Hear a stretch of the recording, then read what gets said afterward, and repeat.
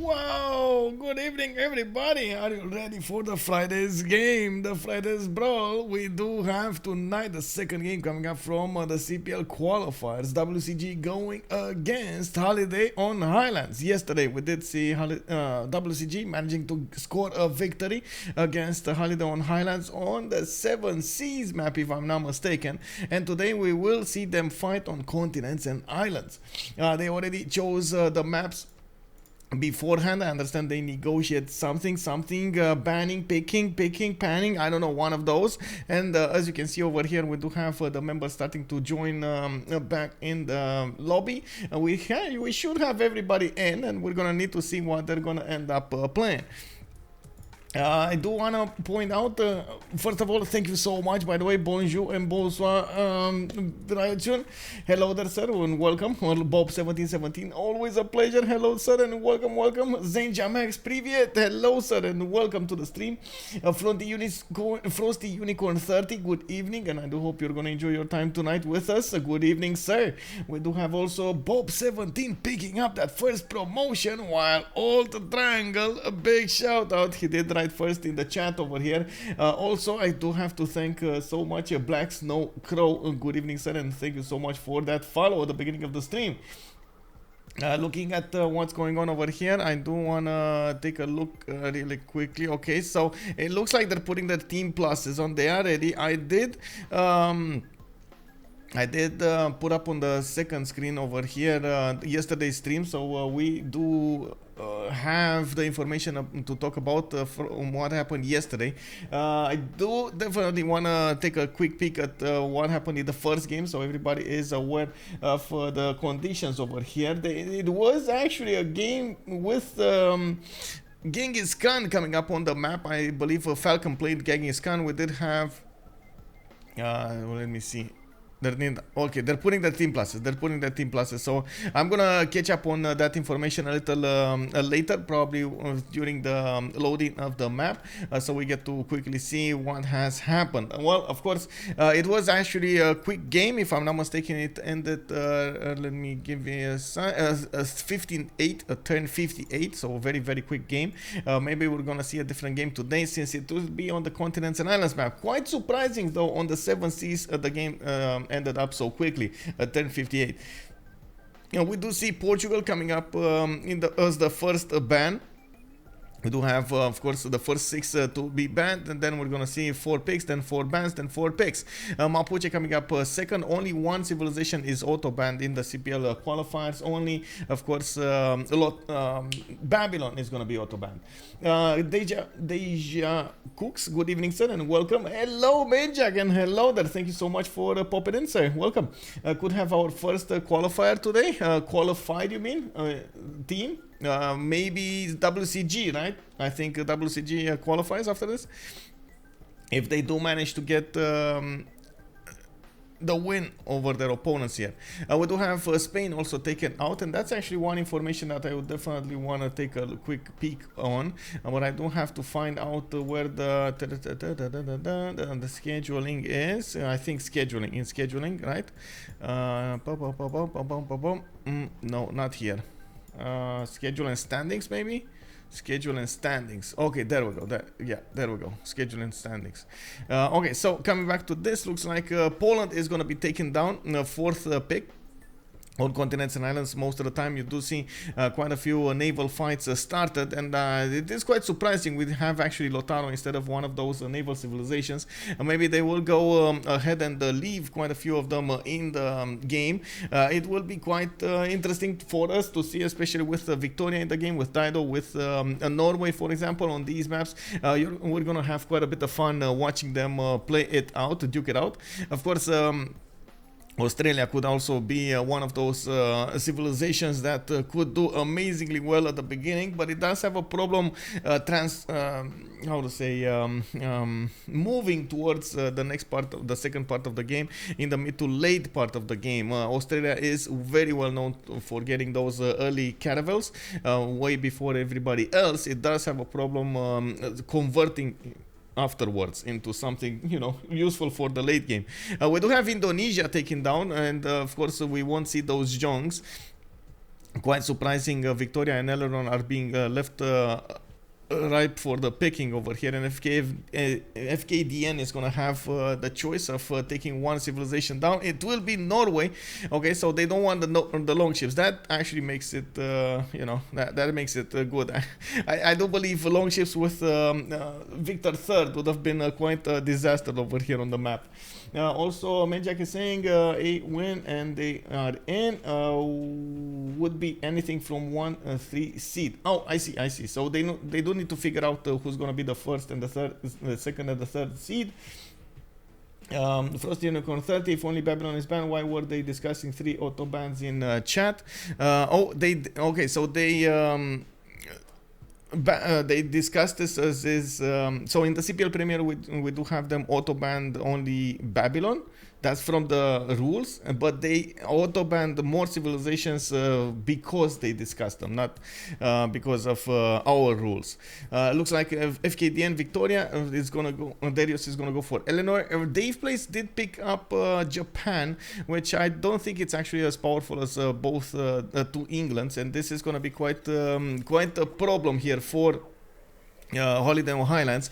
Immediately Schuhmut is gonna pick Dido to pick up second good the beginning of the game civilization, especially on the seas, with an extra +5 base coming up on those boats. He will do quite a bit of damage, but I wouldn't actually be that concerned, especially since Victoria does benefit from free boats. We do know Eleanor does have quite a bit of a power spike in the mid game, so I'm actually quite curious to see what's going on over here, how this will be played. This is not 7 seas, this is going to be on continents and islands. I actually put up the text over there below my camera. Also, Psycho Mike asking about the Coupe going to be banned or picked. It got auto banned here, as you can see in the chat. Fkdn was explaining that they discussed this before and they went for spawn guaranteed resources. 21 Wonders, of course, the squadron preset. Babylon Mali as auto banned. Actually, I'm quite surprised we didn't see also Lotaro over here.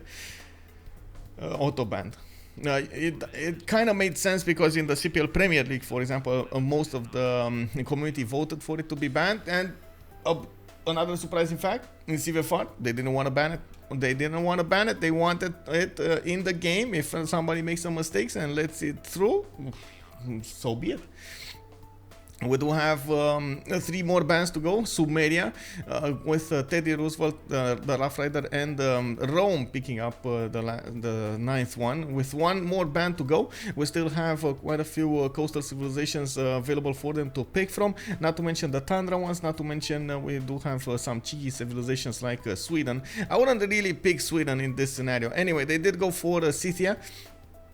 And it does look like they're going for those +5s here quite easily. Falcon is going to have the next pick. And of course, we've seen him yesterday play with Genghis Khan. We might see him do that again.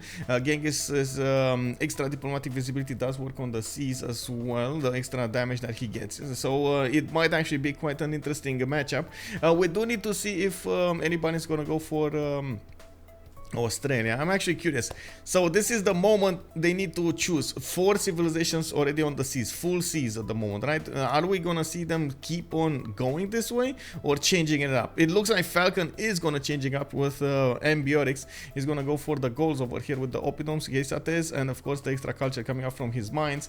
There's a lot of production potential here for him, but Ambiotics is not really well known for having a major power spike on the seas. We might see him try to stay off the seas, which is something actually not that easy to do on the continents and islands. Basil could also be a pick over here. Mitashki is telling us about it. Yes, Basil definitely can be a strong pick here, with that ability of his to get the Dromos, with the Crusade ability and so on. It could be a very powerful one. We'll see if anybody's actually going to want to go for it over here. I might think they will be worried about this, but anyway, Weltall is going to go for Montezuma. Let's not assume that many things, because as you can see over here, the players do have a plan in mind. DieterDoner is going to be the last one who's going to want to pick something, and then Burrize is going to be coming up next after him. Give me a second.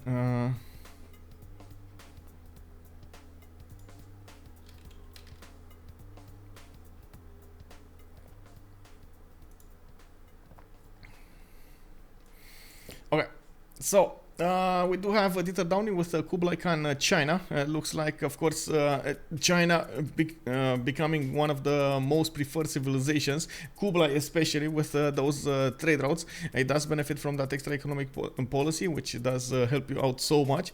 And of course, we've seen it multiple times how it can deal so much damage. You've seen yesterday, Kublai Khan China smashed Eleanor to pieces. Burrize over here will also have the last pick coming up for WCG, and it does shape up to be one of those very boomsy games over here. I am expecting a lot of naval warfare. I'm expecting a lot of tiers at the beginning of the game. I was actually definitely expecting some. Oh, okay, there we go. I wanted to say that I was expecting something a bit more how to say, aggressive than Ambiotics on WCG side, and then immediately, of course, you do see Alexander coming up as the last choice. That kind of feels like the WCG we know. We do definitely need to see if. Actually, I should say who's gonna get the first slot, second slot, third slot, and what kind of civilization they're gonna be playing on. Who are they gonna prefer to put on a higher chance of recruiting those great people, not to mention having the advantage on the same turn wonders. That's quite an advantage there that you can get. Give me a second because I totally forgot something. There we go. Totally forgot about this. Okay, so I do want to point out that we do need to take a look at, I'm just going to leave it like this. We do need to take a quick look at what happened yesterday. So let me actually put it up. Where is it? This is, no. Man, I did not just close that. Oh, I see what it is. I see what it is. So yesterday it was Kacheka who did the streaming. We were watching something else, and in the meantime, of course, he did put up this stream. We did have them play on the 7 Seas. You do see HOH coming up with Catherine de Medici, Hungary, Dido, and Norway on the 7 Seas, while on the other team we did have Basil II, Genghis Khan, Eleanor, France, and Coupe coming up for WCG. We did have Falcon go against Hungary and managing to take him down. He did spawn quite closely. Norway, I should say, sorry, Hungary is not really well known for defending very well on his land. And of course, we do see Coupe over here did spawn, or I should say settled next to Phoenicia. Unfortunately, they couldn't fight coastally, and Coupe did overwhelm those defenses at some point. That is the Coupe way, especially when you end up fighting him on the land over there. We do have also at the end of the game over here, really quickly, a lot, as you can see, a lot of Kesheks coming out. Coupe was encroaching on Dido's power. We did have Basil also coming up as a simmer. Wow, he was simming. Oh my god, he was actually simming. Eleanor, France was actually on the front line, and I guess the only one that could do some damage was either Coupe or Genghis over here. Well, that is fitting, what can I say? We're loading into the game. It was a 10-58 win yesterday, and I don't want to put up on the screen over here. There we go. Taking this out, we got two big continents on this map. We're looking on the west side over here. We're going to talk probably about China. I do really quickly want to put up a prediction. We're going to put it for a minute or 2 minutes or something like that, or how many remaps. So, oh my god, I can't. Sorry. Let me. Okay, there we go. Start prediction. How many remaps? Okay, let's put it for 2 minutes really quickly. You guys you can see the first map, and you can try to predict if we're gonna have 0 remaps, 1 remap, or 2 remaps. Of course, at 10-8 we're gonna have them pause. They're gonna get to use the remap tokens, and we're gonna need to see if they want to play this or not. Hello CC Pyro, good evening sir, and welcome. Also welcome Stork6220. Good evening, sirs. On the left side, we're going to have the WCG team. On the right side, we're going to have HOH, and it looks like we do have China over here, Schuhmut, spawning on a plain style, on a 2-2 base. He does have a sheep tile to work at the beginning. He is probably pondering if he wants to settle that cotton or not. We do have him usually, well, most of the players will want to settle in place. Unfortunately, if he does settle in place, he's going to lock his this city to the southwest out. He's not going to get to settle that freshwater anymore, and he's probably going to want to go coastal a little bit. Unfortunately, he does have England to play with on the east side. That means they're going to get to attack each other, or I should say he should attack into England here. We do have Burrize on the coast with the city of Birmingham with a 2-2 base. Did stay off the Mercury though, didn't want to get entangled over here with the Mercury next to his. We do have him with quite a few 2-2 tiles, and I do see he is going to have quite a bit of coast to settle. Not going to be annoyed by the south. He has Macedon over here to trade with and to play with. He's going to get defended by his ally, while he's going to trade punches with Beijing with Schuhmut. Schuhmut here is quite in a pickle. He's going to either need to pick to put cities non-freshwater or put them on the coast, which of course will open him up to attack from Burrize's boats. We do have Macedon coming up to the south of Burrize and southwest of DavePlays. This is actually quite a problem. Macedon coming up so close to Phoenicia is going to be an issue. Macedon is well known for the classical warfare, especially those heteroids and the Hypastis are extremely well known for punching through the defenses of their opponents. And this will probably not be one of those, I would say, exceptions. We do have a scout coming out of the first city of Macedon. I do see he's gonna get quite a few cities to place on these rivers with the fresh water. You can see the darkish green tiles available for him, with a wonder also in the South Pantanal, and he's not gonna be scared of settling the seas. This is very important. This is very important. You can't really, on the continents and islands map, you can't really stay away from the coast, and since Macedon is gonna be so close to Eleanor, England is probably going to protect him, not going to need to stay away. This is going to be a problem for Schuhmut though. That's definitely going to be a problem. We do have the city of Tyre with a scout coming out. It does benefit from some extra food from cattle tile underneath his capital. I do also notice he's going to have a decent amount of cities to settle in the south and the east side. Probably going to want to settle the east side more than the south side, especially after he's going to notice Macedon is quite close to him. We do need to see his freshwater availability. Quite a few lakes over here, rivers to the north that could give him the fresh water.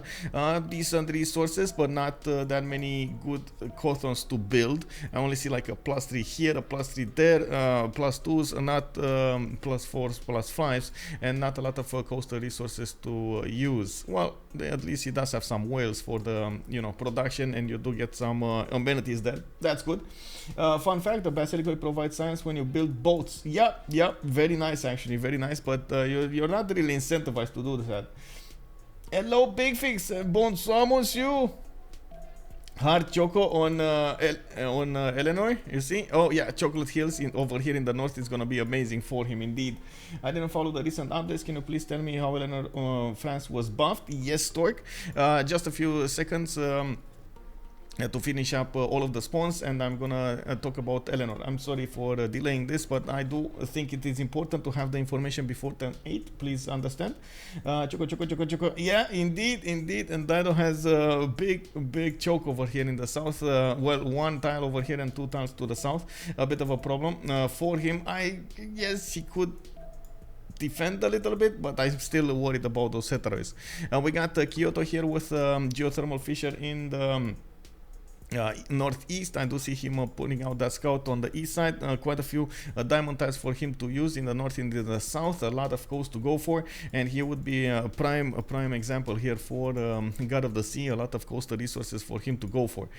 We do have also Aduatuca. This is going to be Derios 227, which does have the benefit of a meteor site to the north of his capital. He's pumping out a scout in 5, and I do see him benefiting from +4 stone, oppidum over here on the east side, +6 in the south. This is not bad. This is actually not bad as spawn for Gaul is not as good as we've seen yesterday with the +8s, but still +6, +4s is still gonna make quite a nice impact. He does have gypsum also on the other continent. Extra quarries would also be nice. Let's take a look at Montezuma. Montezuma has one big continent, is behind the mountains, with possibility to go against the Gauls a little later in the game. He doesn't have a city-state to bully, and I do see he's gonna be forced to go coastal for quite some time. Not really ideal, especially since England is gonna be on that coast to the north, and he's probably gonna want to take away Montezuma cities as soon as he sees them. We do have a settler coming up in 3 from London. We're also gonna see him benefit from some rivers on the west side. Brussels is gonna be there. Has the possibility to get the boats in the water towards Brussels if he settles this one tile choke point. And I gotta say, this is gonna be confusing the white Victoria here for me, just because most of the time white does mean Canada in my brain. So oh my god, okay, well I guess I'm gonna have to wing this. Mad Beat, hello there, sir. Already calling out. This is 100% a revamp, and we might see it, sir. We might see it. Hold your horses. Dothraki 117. This Victoria spawn is very sad. Yeah, not the best spawn. Yes, he only has like a few cities to settle. I see 2 cities in the north, which I guess could be nice but not ideal. Then one on the, oh my god, he's also gonna block himself from the one on the river. He's gonna need to take Brussels off, and of course you do see the tundra in the north is not gonna be that great. Pedro Quali, thank you so much for the follow, sir, and welcome. Okay, so this is gonna be the remap over here. Let's talk a bit about, no, or I should say the remap vote coming up over here in turn 8. Let's talk a bit about Eleanor. Eleanor's bonuses got changed. First of all, I should say there were additional bonuses added to his civilization. You do know that it did receive a bonus towards building amphitheaters and, or I should say theater square buildings. Eleanor now also benefits from extra bonuses towards her books, her great works. The great works, or I should say the books, do give her a +2 bonuses per each adjacent. Oh, we got a remap or not? DieterDoner put a no? For each district that is in the city. So if you have, for example, one book and you have a campus, a theater square, and a commercial, you're gonna get +2 gold, you're gonna have +2 science, and you're gonna have the +2 culture coming up from that one book. It's amazing. It's amazing. The bonuses are quite sensible over here on England. Of course, it still benefits from the Sea Dog as a unique unit, still has the Royal Navy Dockyard as a unique harbor, and since we do have one remap over here, we're gonna see a different new spawn. I'm pretty sure when they saw England is so close to Schuhmut couldn't settle the seas. He knew that he's gonna be without fresh water. It was too hard of a spawn here for him. Not so certain they actually noticed Macedon. Phoenicia did go and scout the coast to the southeast, not really the west side, and Macedon was out of range over here from Phoenicia.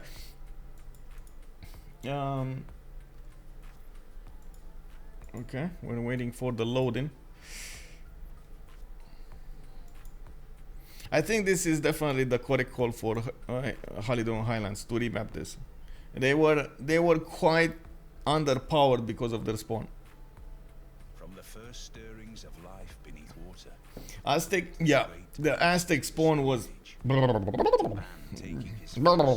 Yeah, you don't want to play that. It's just you look at it and you're like, now begins your greatest quest. No. From this early cradle of civilization. This is like when you're little and your mom tells you to eat your veggies, you know? No, no.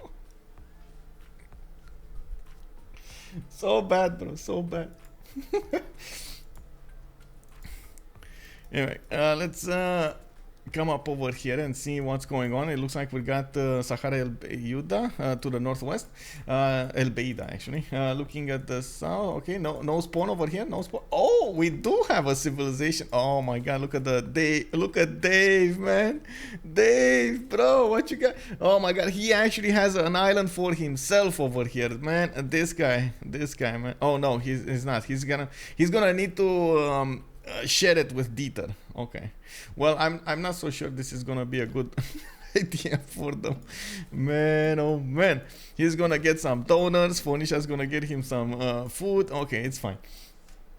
We do have over here DavePlays coming up with that settler. You do see he's gonna get the possibility to settle the stone time for a 2-2, but he would move away from the +4 continent he would have and still stay on the fresh water. He does have multiple cities to settle on the east, on the west. There isn't that easy as a possibility to connect the east to the west, and he's gonna need to somehow focus on something. Usually you don't want to focus on one direction, not try to go for both. You do need as much production as possible towards your boats if you are gonna enter a war. Well, we do have him with a decent setup over here. With the turtles, he's gonna get a 3-2-1 tile to work. That's definitely gonna be nice. And we do have him with quite a few mountains to the north for some nice campuses. He does have the reefs, so I wouldn't be that worried that he's not gonna have what he needs over here. Also, E-Kill in the south, giving him a bonus towards his district's production and wonder production into his cities. In the south, we do have DieterDoner with Kyoto coming up with a scout. Looks like he's gonna have possibility to get that nice and easy God of the Sea. With the dice tiles, he's gonna acquire 1 faith point a turn. And 12, we're probably gonna see him try to get a, or turn 13, we're gonna see him try to get a Pantheon here, and we're gonna need to see what he's gonna want to pick. Usually you do want to pick God of the Sea just for the deny if you can, especially since there are other coastal civilizations in the game, and this might matter quite a bit. We do have to his west side Derios here with Aduatuca. Oh my god, +6/+6 Oppidum. Oh, +4. Well, +2 over here, plus possible +3. This is gonna be quite nice for him. The only sad part about this is he's not gonna have full fresh water, and if he wants to make the most use out of those oppidums, he needs to settle coastal, and he's gonna have coastal cities, or at least next to the coast cities, next to Japan. It's just like not ideal. Gumball Von Bon, good evening, sir. Did the Gaul moves? I'm not so certain he actually moved. I don't think so. It kind of feels like he settled in place. Yeah, it kind of feels like he settled in place. I think if he would have wanted to move, he would have moved actually to the southwest, so he would have benefited from the easy +6 Oppidum between the stone tiles. But instead, he actually, I think he settled in place. Anyway, let's take a look at Macedon. We do have Pella settling on Mercury. That is Mercury underneath his city. So he might have a few issues with the Mercury entering the bloodstream of his citizens there. He does have Matotipila to the east side with 232 base over here. And we do have him also benefiting from a dice tile, a 131 in the capital, which will actually synergize quite nicely with the extra food he's getting from the bananas. And I do see him with quite a few cities and freshwater available to the north and to the south. He's gonna be relatively close to England, to Fkdn. That means he's not actually gonna have a close enemy to go against. Fkdn here is his ally, and we do see him with Manchester on the same coast as Beijing. China here is gonna have another problem. Like, oh my god, Schuhmut, bro, what's going on, man? We do have him on the coast. He's gonna need to fight those Victorian units, and at the same time he's gonna probably need to fight those heteroids. Falcon is not gonna be forgiving on him, and I'm pretty sure Fkdn is gonna try to punch through the defenses rather quickly. This is, since he did settle his city on the coast, he's not gonna have an option to go off the coast at the moment, right? He's trapped, right? Exactly. Like this is it. He's gonna need to go full in to this. And we've seen it before, actually. We've seen how Beijing, actually, how China, Kublai China specifically, can actually get a better tempo going than Japan. So I wouldn't be surprised if he can get a better tempo than Victoria. If he can defend on the seas as well as the land, that's a totally different question. We're gonna need to wait and see, first of all, if they are gonna keep this map. Second of all, if they're gonna see their spawns over here, because at the moment you see he's kind of far away from his opponent, and he's not gonna see England. I'm pretty sure that he's not gonna know this, while Falcon is not gonna have enough movement points to actually go and scout out China. So they don't know at all, they won't know at all about this happening. Turn 6 already, we got only 2 more turns to go for as moves go, and it doesn't look like anybody's gonna scout anybody else. We do also see on the east continent we got 3 civilizations. That's gonna be England over here, London with a 3-2 banana with a sheep tile, a reef in the capital, a prosper Royal Navy dockyard in that lake over here from the fresh water, and it does look like he does have Pamukkale on the east. That's actually a good spawn coming up for Eleanor, and of course he's gonna be on the same seas as China. So China in the end game, he's gonna need to fight 3 opponents here. This is gonna be dramatic, man. I'm not so sure Schuhmut can take all of this heat over here. We do also have Macedon to the Aztec to the north of Eleanor. This might be his savior, by the way. Space, Weltall, of course. I understand Weltall means space in German. We do need to see if he will manage to pressure Eleanor hard enough so he doesn't focus at all on the coast. That is going to be massively important coming up for Aztec. He does have a continent split. The continent split is going to be to his south towards Europe. That actually might make sense for him to go and settle, and of course putting more pressure on England from the beginning of the game will destabilize the sim of England. It will be like, oh, like this, you know, wavy. So we do have quite a few challenges for the players. I'm pretty sure we will need to see them vote here without the knowledge of their opponent's spawns. I didn't see anybody actually discovering anybody else, so I'm pretty sure they're not gonna. Oh, this is gonna be it. Was Byzantium banned? No, it wasn't. Also, Tolis, good evening, sir, and welcome. All Triangle 8 was saying Gaul settle is confusing, plus 6 Opinum with stone now blocked. Also frigate to balance ships might wreck his capital. I gotta echo that. I think he made a conscious call between waiting a turn to settle the hill for no actual bonus and giving up on this plus 6 Opidum. He knew he has another one over here. He knows he has another one. Actually, he knows he has 2 ones over here on the east side, but he needs irrigation to actually develop them. So I think, yeah, he has options. I think he just said, okay, I'm gonna need to get the tempo going, and I can't actually afford to go to spend that 1 turn to settle on the hill over here. Salmarion, good evening, sir, and welcome. China split is doomed, but so are Gaul and Greek capitals. Greeks? Wait. Oh, you mean Macedon? You're talking about Macedon? Or what? I'm confused. China has a crazy timing. Yeah, okay. So Alexander, yeah, this is gonna be, I guess, battleship timings, but it's quite late. DavePlays will need to do an awesome sim over here. So will Aztec, and I'm pretty sure DieterDoner is gonna need to do the same. Dieter is not really well known for being extremely aggressive, though. So I would definitely see him trying to get an advantage over his oh my god.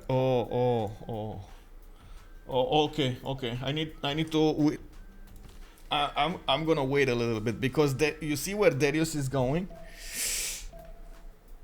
I feel a disturbance in the force right now.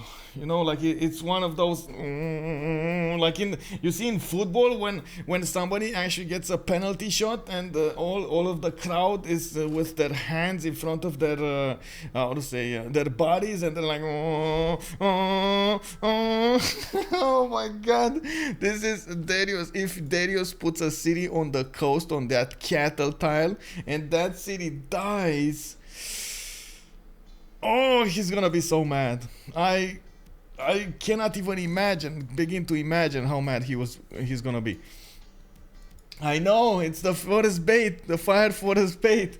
Anyway, let me actually finish the prediction over here. Choose outcome. It's gonna be 1 remap for today. We do need to put on the screen here the team labels. On the left side we got the WCG, yes, and it's gonna be in the middle. It's gonna be here. And then we do have on the right side HOH, which does mean holiday on Highlands. Quite surprising we didn't see them play something on Highlands. I guess they wanted to go for some early aggression here. Definitely it is going to be quite an extreme game over here for both teams. Builder hut, oh yeah, we did have a free builder coming up from Derios. Okay, so we know the map. We know the players, we know what some of their early moves are, but we don't know their actual strategic resources.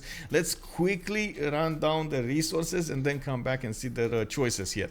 We got Kyoto with City Patron Goddess as a Pantheon. He didn't go for God of the Sea. Looks like he's gonna open up with campuses, and he does have relatively goodish campuses around his cities. I'm a bit surprised he didn't go for the West Coast, but he can get boats in the south from Tokyo to Kyoto.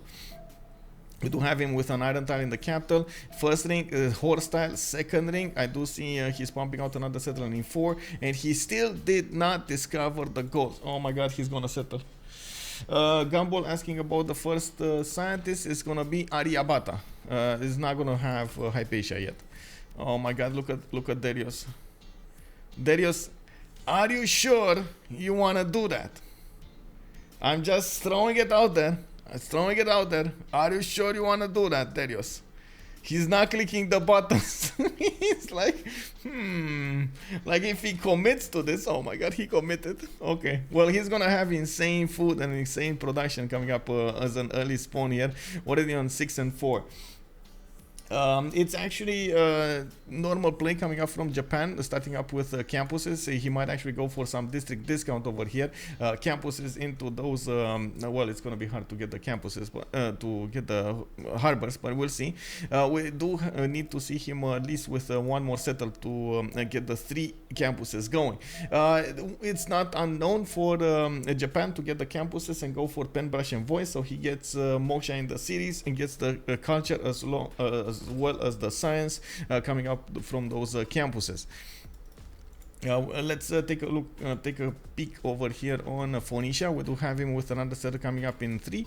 I do see him with quite a few options for him to go for. West side, north, and south. I think north is gonna be the choice.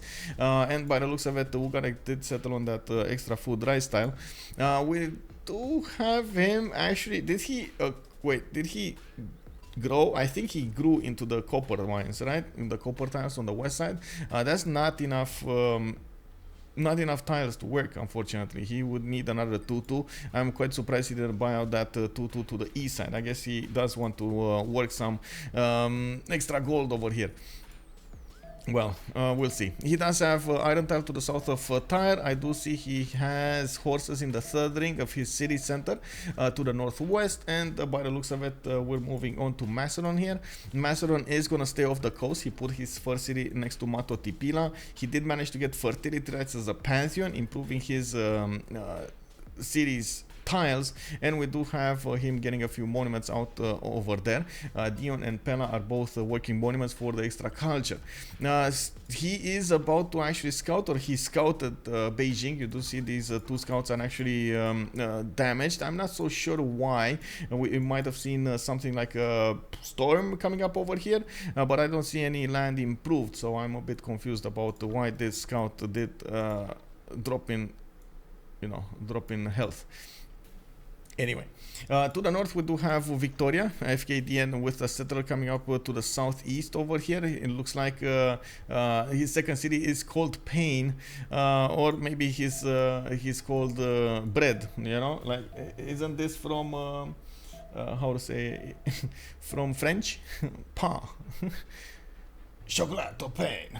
You know, pain or chocolat. Yeah, he's bread. He's okay. So it's Manchester and Bread City over here. Now we do have monuments coming out of his city centers. I do see him getting some builders out for the turtle improvements. He does have iron on the west side.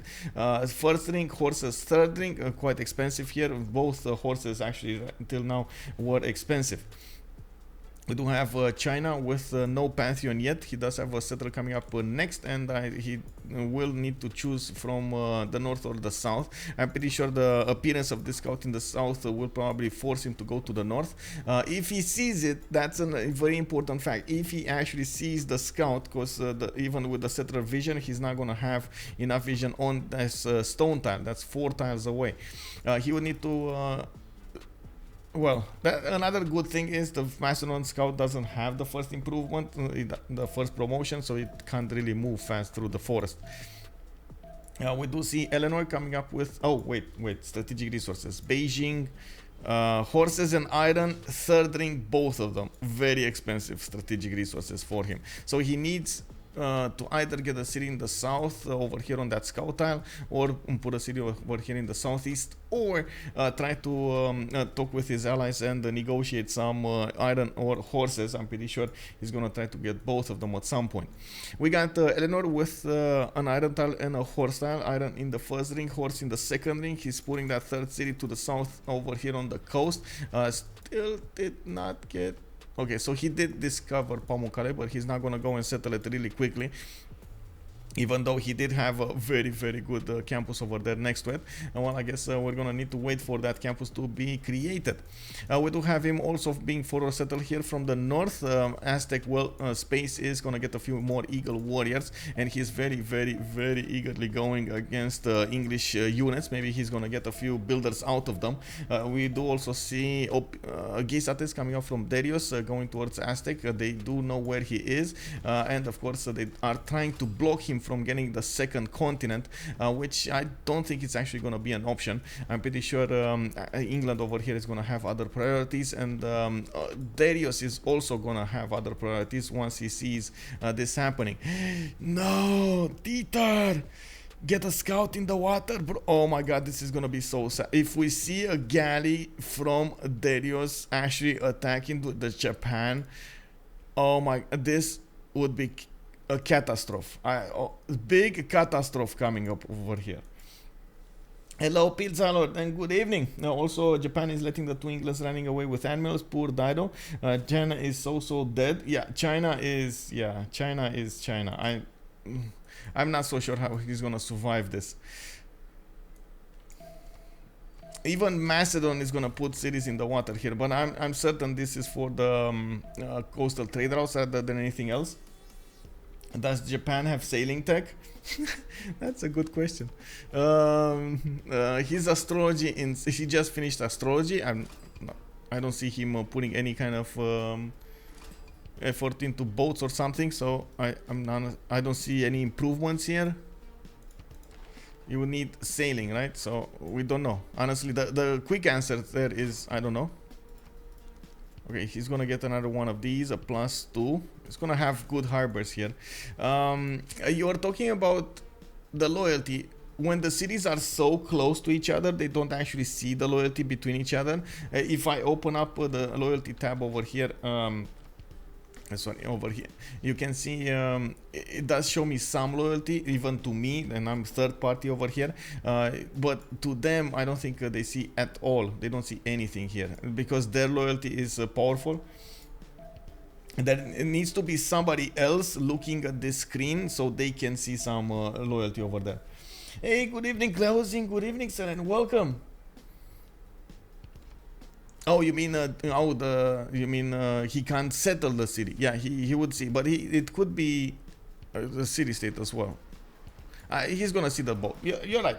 He would at least know there's somebody there. Yes, you're right. Well, now is the moment that DieterDoner scouted this. He didn't even have these two tiles scouted. Now he's gonna get to scout them both. You can see on the coast you don't, on the seas you don't actually get the minus loyalty, but now he did discover the spice tile and the aluminium tile over there. He's gonna know somebody's there. Like you said, the red loyalty is gonna be revealed, or I should say the red blocking tiles. And we do have more galleys coming up in the water from Bibrax. He's turning them from that city. Kyoto and Tokyo will finish those campuses, and of course they're gonna need to switch towards sailing, towards boats. I do notice now DieterDoner did reveal to us he did have sailing, celestial navigation coming up as the next technology. You do need both sailing and astrology for them. I do want to quickly double check the pantheons here. We got stone circles coming up from the Gauls. He's gonna get that extra production in multiple cities for those quarries. You can see already he improved quite an important amount of them, and he has a decent amount of builders. Oh my god, so many builders. 1, 2, 3 more builders coming up, and he already improved 4 tiles. That's a lot of builder charges. Yeah, we do have also Macedon picking up fertility rights. Okay, God of War and Plunder for England. China went for God of the Sea. He's gonna get some extra juicy production from the turtles. Not bad, but he doesn't have a lot of resources, and he still doesn't have a fourth city on those strategic resources. Especially Macedon is gonna be the problem here. Not really England. He's gonna fight England with the boats or try to keep him at bay. But when you're talking about Macedon's heteroids and hypostis, you do need swordsmen most of the time, so that is going to be quite a tricky situation for him. Dido did go for religious settlements. DavePlays is going to try to mirror Rabarberti. Rabarberti's play in the last week that we've seen him go for. He did an awesome Dido play with like 14 cities really quickly, and then he went tall extremely fast, built a navy and took out his opponent. Well, we do see he has 3 cities at the moment, getting a few biomes out, and decent, quite a problem over here. He needs to settle the west. He needs to do something to take a look at the goals over here. Take out goals from the beginning. Okay, Japan did pump out a galley. You do see he's dealing significant damage against the Gallic galley. The problem is, in this scenario, it's quite lucky that he has a lake to go for, because he can keep on building some boats and keep on attacking. Fertility rights has Macedon. We do have Eleanor coming up with no pantheon yet. Burrize is still fighting off Aztec from the north, and you do see Weltall is pushing in with as much might as possible, and he does have quite a few of those eagle warriors trying to smash through the defenses of his opponents. Doesn't have actually an immediate option to take out that warrior. He's going to need to couple the slinger attack with the warrior attack, and he might not have such a good early move on him. Aztec did also acquire the tobacco tile from Azcapotzalco, which is extra faith generation. I see he did improve his saltman for an extra point of damage, and he does have olives. Okay, let's see his so olives, salt, tobacco. He needs a 4th one. 4th, hello, it's sugar. He has sugar over here. Okay, sugar and spice. Oh, he has another sugar tile over here. Actually, this would be much better to improve, much closer to his cities. So he does have an easy +4 to go for. I'm certain that he should go for bronze working. He is doing it in 2 turns, and he's gonna try to get a general here against Eleanor. And yeah, there we go. The English warrior did escape the grasp of the eagle warrior. Let's take a look at what's going on here. Japan just... Oh man, this is... Well, this is the problem with settling Tokyo on the other side. He couldn't actually get boats on this side, faster boats on this side. So I guess we're gonna have to wait for all of these galleys to come back around from the south and then come against him and so on. This is gonna be quite a pickle. The good thing is Japan does have extra strength on the coast in the shallow water tiles. That's an extra +5 that he's benefiting from. Okay, let's take a quick peek at city-states. Since we are turn 24, we got 7 more turns until the next World Congress, and we do need to see what's going on here. Let me see if I put this correctly. There we go. We do have Cahokia with Mogadishu and Samarkand coming up for the trade bonuses on the teams. On the map. Lahore with Volin will come up with military bonuses. Ayutthaya, Mohenjo-Daro and Antananarivo coming up for culture. We got Vatican City, Armagh, Yerevan and Jerusalem coming up for religious benefits. And then I do see there's no science city-state in the game or industrial city-state in the game. That might be a bit of an issue here, a bit of a concern in the late part of the game. They're gonna have to, well, rely solely on their I would say on their campuses, not only on the city states, which I guess there's not going to be a race for them. You do see we got Gaul putting more of these boats in the water, doing as many as possible, also making an effort to get those galleys back in his borders that were hit and repairing them and then getting them on the front line and so on and so forth, so he doesn't allow Japan to build up a strong fleet. Well, DieterDoner is gonna keep on attacking with his own boats. I do see him bringing a new one from the east side, putting to work a monument in the city of Kyoto, and I'm actually quite surprised we don't see him keep on attacking into this, even if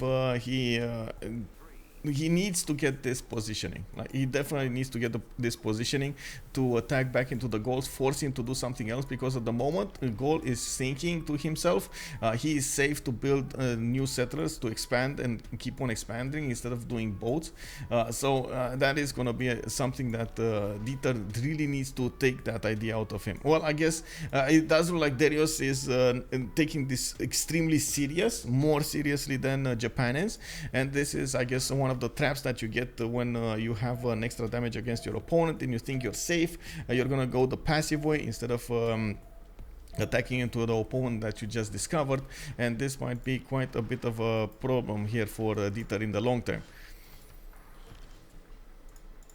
Okay.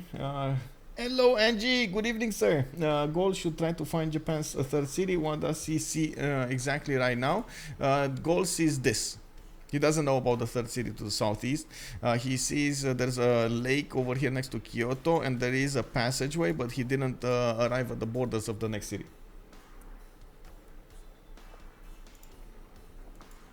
We do have Burrize with those English warriors to the north. Aztec is knocking on his doorstep, and you do see Birmingham did put up a stinger with a galley right next to it. The galley can enter the city and beef up that garrison defense. Should be more than enough to defend against the Eagle warriors taking over the city, but I'm pretty sure Weltall is not actually after the city, he's more after the warrior. Yeah, we do have also him pressuring England, forcing England to do a defense here. We're probably going to see a few more defensive units come out soon. Looking at the yields tab, we do have Dieter Downey actually on the 14 science with 4 culture. Definitely needs more culture. 27 production, but not really on the same level of Derios, and of course, I do have to point out, the longer the game goes on and Japan doesn't actually get his bonuses going, we will see a lot more production coming up from the Gauls, especially with the +6 oppidums coming up for him. Derios is going to go for ironworking, craftsmanship. It looks like Dieter Downey now is coming out of his puddle over here from Kyoto. He still doesn't build more units. He is relying on those initial unit strength, the 2 that he built, while he does have another one coming up from the east. A bit too weak as a navy here. We also see there is a skirmish coming up from China going against England, or I should say England is trying to put some pressure on China, on Schuhmut. We do have him building galleys, one turning them from Beijing. There is a possibility for some chops over here on that city center, although Falcon does have a scout to the south of Xi'an, just out of range of the vision. He sees what's going on, but it doesn't allow his opponent to see his scout. You can see he's aware of these tiles, and he did get a promotion over here, the Alpine promotion, the faster move on through hills. He can one turn move on these tiles. If there is a builder coming up over there, it's gonna be taken out. On the other side, on Beijing, he is just out of the vision. Oh my god, look at this, just perfect placement over here for that scout to be out of the vision of his opponent. Japan is relying on Gaul being passive. Yeah, but Gaul is not being passive. Yes, exactly. I've seen this actually quite a few times when players feel too confident in their bonuses and they underestimate their opponents. Well, one of the information lacking on Dieter is, or one of the pieces of information that Dieter is lacking is the Gallic spawn.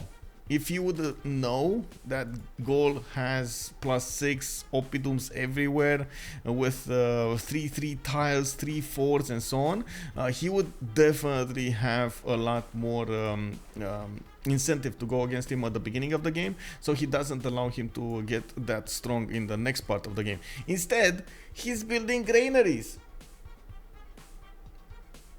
Dieter, please, monsieur, no granaries, no granaries. Granaries kuch. Gaul is good, granaries kuch. What is the current production on the Gauls? We do have him on 37. It's 37 versus 28, and that is pre-Oppidum level.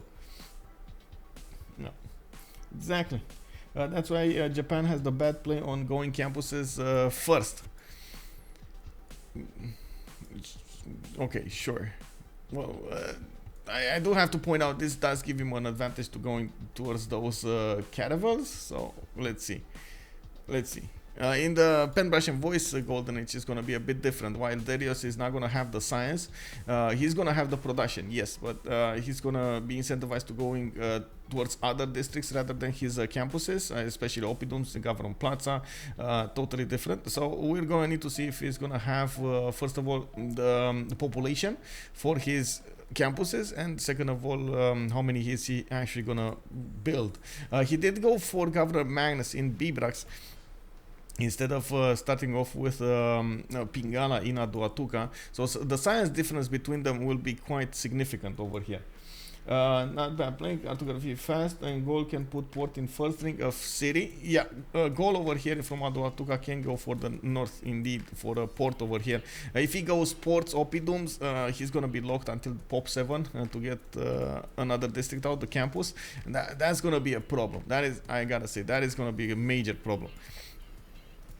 Well, I do want to check out the other civilizations' plays here. We do have Macedon coming up with those encampments. I see Pella did build one of these government plazas, and he got the fish improved with iron tile. Quite expensive, but he did buy it. We do see him also improving, or wants to scout. Oh, wait. Did he steal a settler?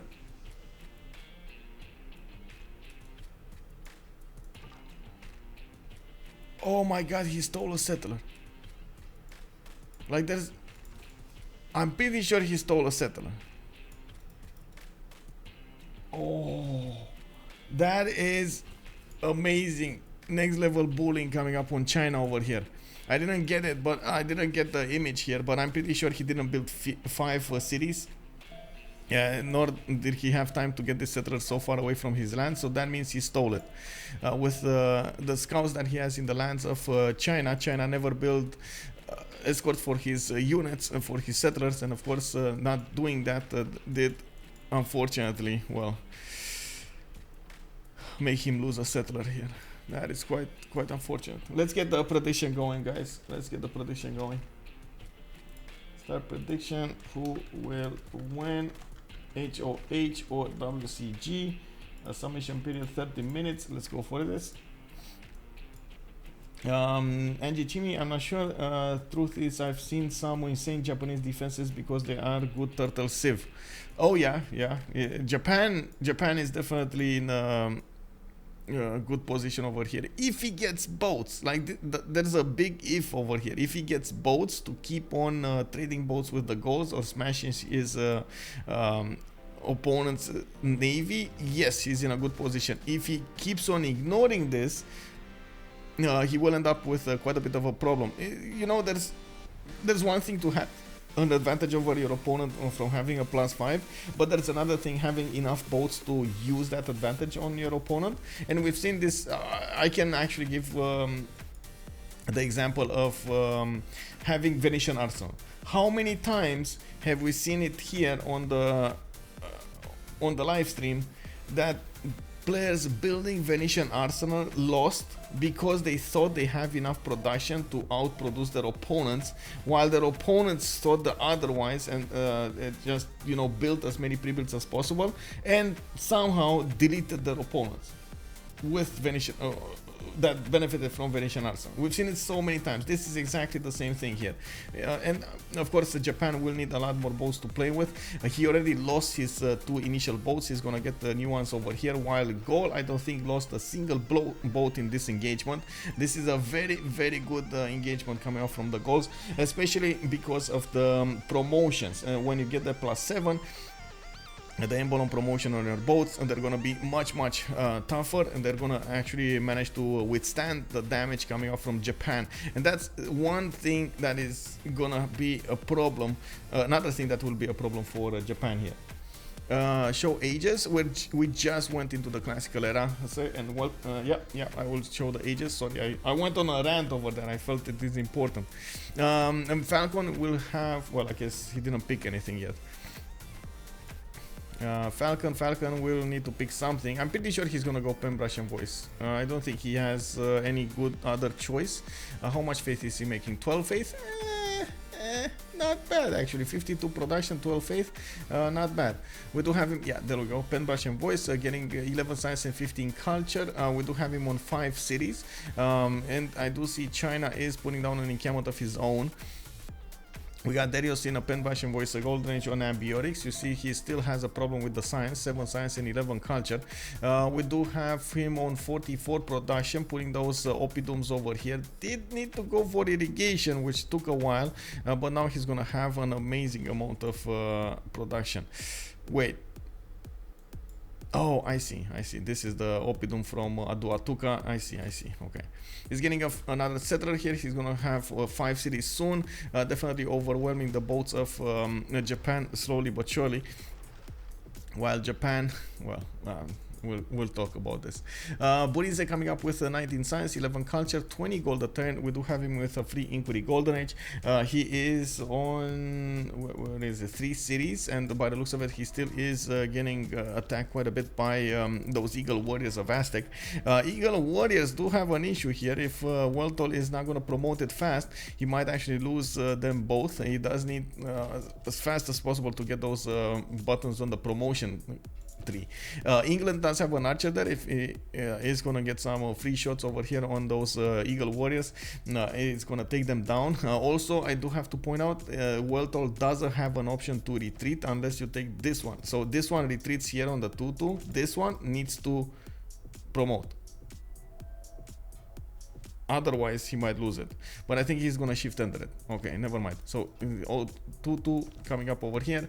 This one, he's gonna move 1-3. He's gonna get shot by the archer. I'm pretty sure you can see he's dropping down health in half HP, and it's all about the first moves coming up into the second turn if he is gonna go down or not. We got Victoria coming up with a free inquiry golden age, also 17 science and 10 culture. He's on 4 cities at the moment, putting a bit of pressure on China. He used his boats to pressure him at the beginning, but now he's getting counter pressured over here. Schuhmut did build a decent navy, and he's also trying to defend against the Macedonian scouts. Well, it's one thing to defend against the scouts, it's gonna be a totally different thing to defend against those heteroids. We got the Schuhmut normal age. Oh man. Oh yes, Benjamin Schroeder, I just got to that information. Yes, Schuhmut got a normal age. Oh man, that hurts. That hurts. 10 science, 8 culture. He's gonna have a problem getting to mercenaries. He needs to stop the sea attacks, stop the land attacks. Lost a city center. Oh my god, that's just as bad. We got Weltall here on Penbash and Voice coming up on Montezuma. He did lose one of his eagle warriors. As you can see over here, he wasn't fast on the buttons, and it looks like the archer did click as fast as he could on that eagle warrior. Quite surprising. I mean, we were expecting him to shift enter that away. Well, he lost it before he could shift enter. We do have DieterDoner, Penbash and Voice with 16 science and 24 culture. Japan over here getting good stats, but not a good navy, and he keeps on building granary. Bro, like, why would you build a granary instead of a lighthouse? Chat, why?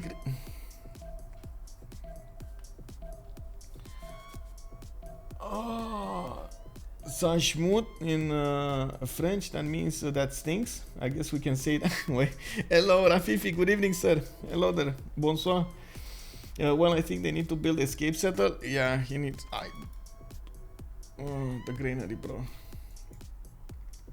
DavePlays coming up with a pen, brush, and voice golden age. We did have the first recruitment of a scientist. Looks like Japan is gonna go get Hypatia next. Dave is on 10 science with 23 culture, already connecting his economy with Japan, generating a decent amount of gold, 28, while Japan is on 18. We do have also Dave coming up with 3 settles at the moment. He is putting Ancestral Hall in the capital, but he didn't upgrade any of his tiles, so that means he's not gonna get that many tiles to work over there. He does have 2 more settlers coming up on the west, on the south, but usually the players do want to wait for Ancestral Hall to finish before they're gonna get those placed, so they get the benefits of a free builder. We do need to see what's upcoming over here for Phoenicia. I do notice he's putting the cities on the west side, so he's probably gonna try to help out Japan on the coast, even though Japan does have quite a few issues over here with such a big fleet coming up from the Gauls. The Gaul, yes, he does have 225 military strength in those boats, but he only has 8 science and 19 culture. That's quite a problem. He is gonna try to balance that with Pingala establishing in Aduatuca, and I do see Victor is gonna go in the city in the north, in the middle, which will allow him to get Victor 3rd promotion. I'm not so sure he's gonna want to be that expensive, but if he does manage to get that going, he will have a free emblem promotion on his boats, which will matter so much. It's from that city, especially from that city, he's gonna have the extra promotion. 2 versus 1 with a big strong navy. Yeah, this is gonna be quite a problem here, but at the same time, I do see Japan is not really that interested in an early warfare. He keeps on building granaries for somebody. Man, he's getting a that was a waste of 4 turns, by the way. So let's take a look at this lighthouse. Let's take a look at this. Lighthouse gives you 25 combat experience for all navy units trained in the city, +1 food on all coastal tiles for this city, and then +2 housing if this city is adjacent to coast, right? You also get a trade out capacity if the city doesn't have mining. This costs 120 production. Let's look at the granary. Granary gives you just 1 food and 2 housing. That's it. But it does cost 65 production. So he wanted to build the granary to get some housing, which I gotta say, we're probably not gonna see Kyoto bump to 10 population anytime soon. He's gonna have an insane amount of housing and not enough population to work all of those tiles. Not to mention he doesn't actually have tiles to work.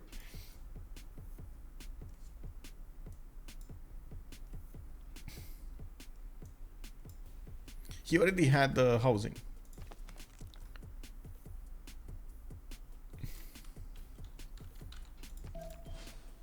Yeah, so he already gets 1 housing from the lighthouse, by the way. This is 2 extra housing if he's adjacent to coast, so it will work. No magnets internal, so he can wait card to do lighthouse. Yeah, but boats in the meantime. I don't know, maybe it's just a matter of preference here. I would have definitely wanted to have a bigger navy than having more housing for no population, actually, you know.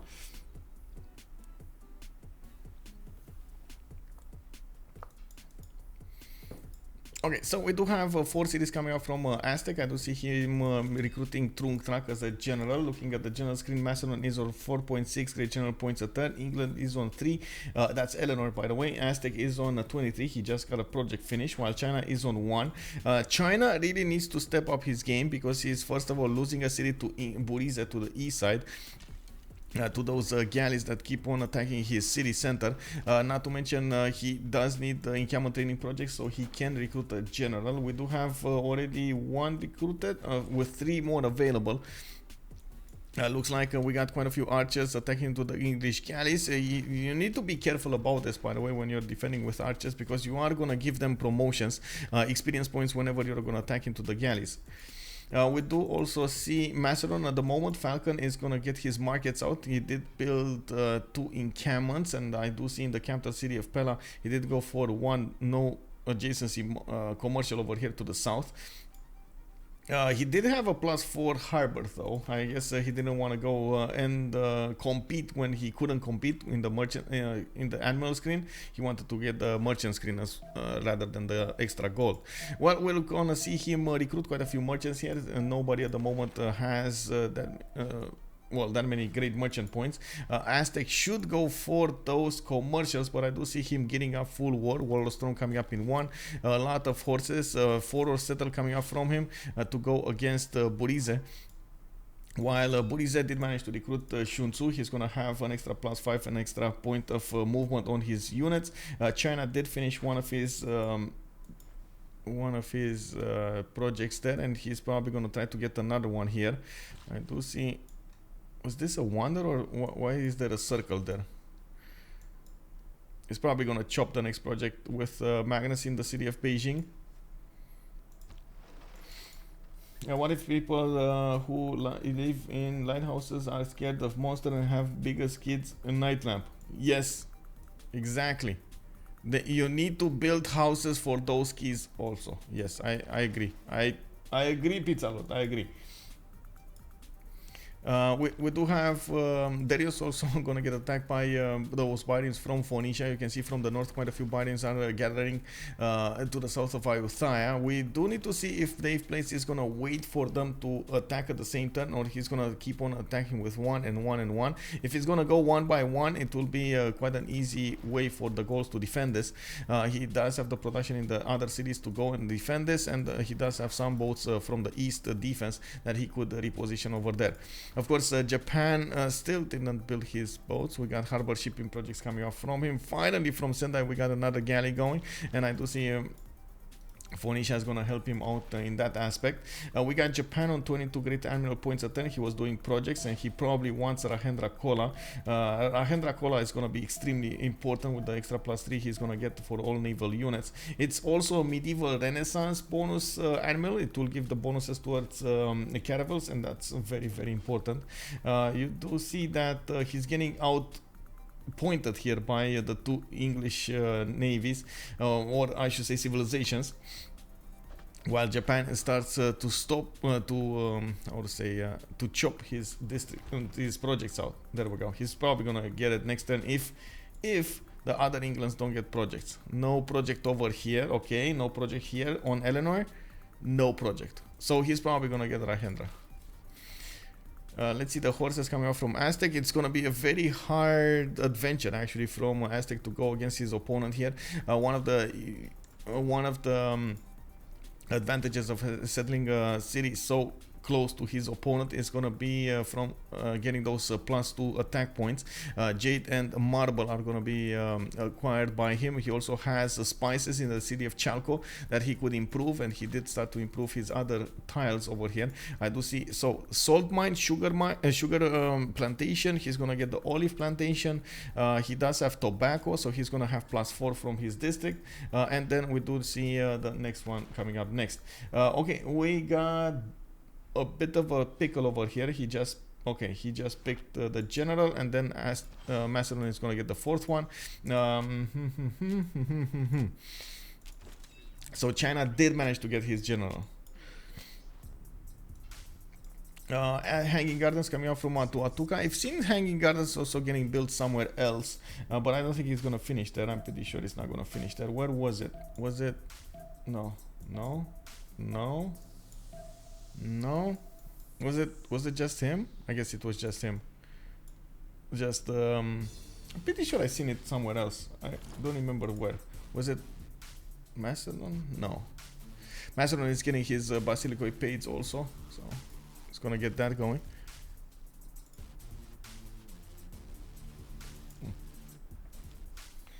Okay. Well, we'll see how that ends up. I do have to point out it's going to be quite a hard problem for Macedon to go against England here. Even with those extra points of damage, without crossbows, it's going to be very hard to attack into these swordsmen. The good thing is Burrize doesn't have a lot of them, and it doesn't look like he's going to build that many at the moment. He would have done quite well if he would have built another 2 cities. He didn't. He did try to go for the attack, sneak up attack on Xi'an, and Schuhmut Schuhmut did manage to get there. While there is one single hetero entering the borders of China, we do see him having that extra damage.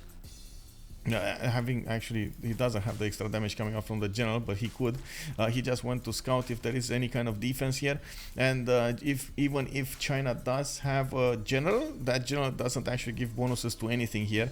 The archers are classical. No spearman, please, no spearman.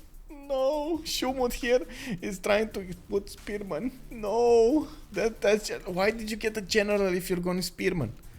Like, you know what I mean? Well, Schuhmut is gonna go horseback riding in one, so I guess that's a good thing. He's gonna need horses from somebody. He doesn't have his own horses. And looking at the army tab over here, he's actually he has 14 horses from somewhere. From where? KW. Anyway. Bom dia, Victorious. Good evening, sir. You got 1835 Ufer points. Yes.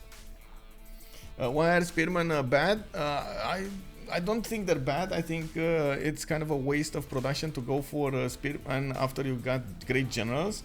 Mostly because the spearmen don't get the bonuses from the great general. You can see the spearmen does get like 39 strength, but it's not getting the extra +5 for the movement.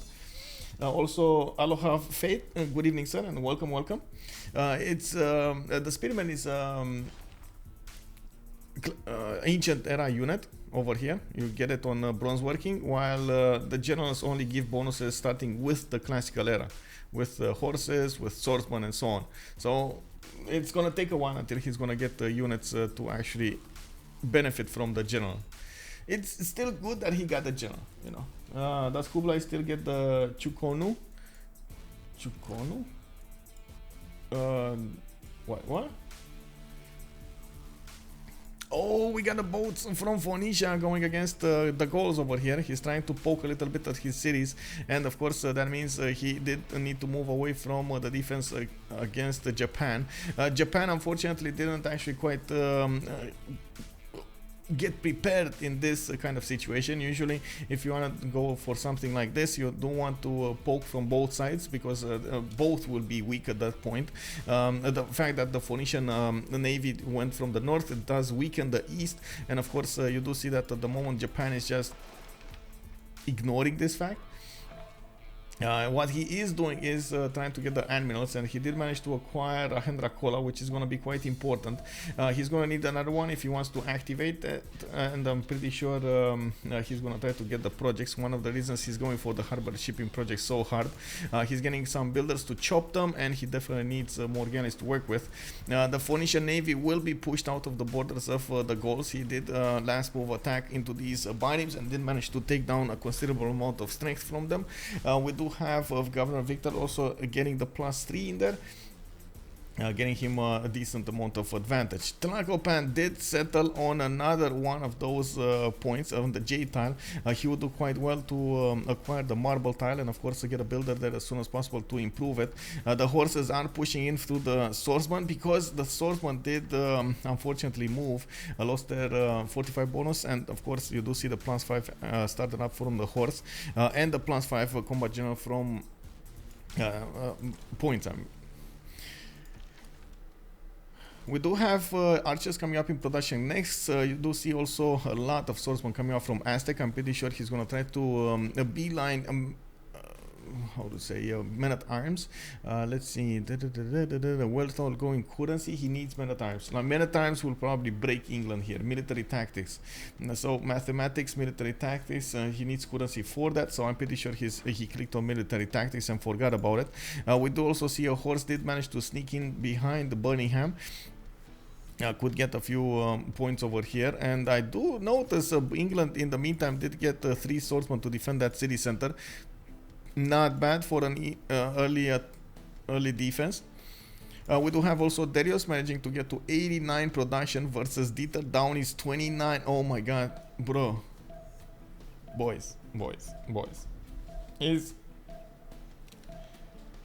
this spawn from Derios gives him more production than both of his opponents combined.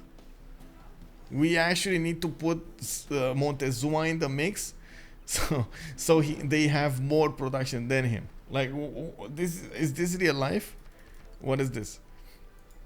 Chukono is the unique unit. Are you talking about how do we call it? Look at that. The replacement crossbow? Crouching Tiger? Are you talking about the Crouching Tiger? This is his unique unit. I don't know if this is actually the Chukono, but this is the unique unit of China. Okay, so this is it? Okay, yeah, no problem. Also, welcome to the stream, Imera August. Good evening, sir. Looking at the west side here, we do have Dieter, of course, still going for those projects. Unfortunately, he's not going to get the time that he needs. And by the looks of it, he did get outproduced over here by the other Englands.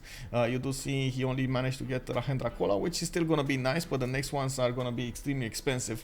The next admiral is Isun Sin. That's the ironclad one, and it does provide a free admiral, free ironclad, which does get also one coal a turn. We do need to see Dieter also getting a few more galleys out in the water. Unfortunately, he chopped a lot of his land, and he doesn't have a lot of production left for everything. Going with 31 production against Derios' 93, I'm honestly extremely scared about this. Like, at this point, it doesn't even matter if Dieter will just get much faster caravels, because he's gonna get killed anyway by the sheer amount of bad units coming against those caravels. Like, right? We got over here Dieter with going bronze working. Wait, bro. What? I'm very confused. Is Dieter playing, or is his sister playing? Or his brother? Is this him, or is there somebody else?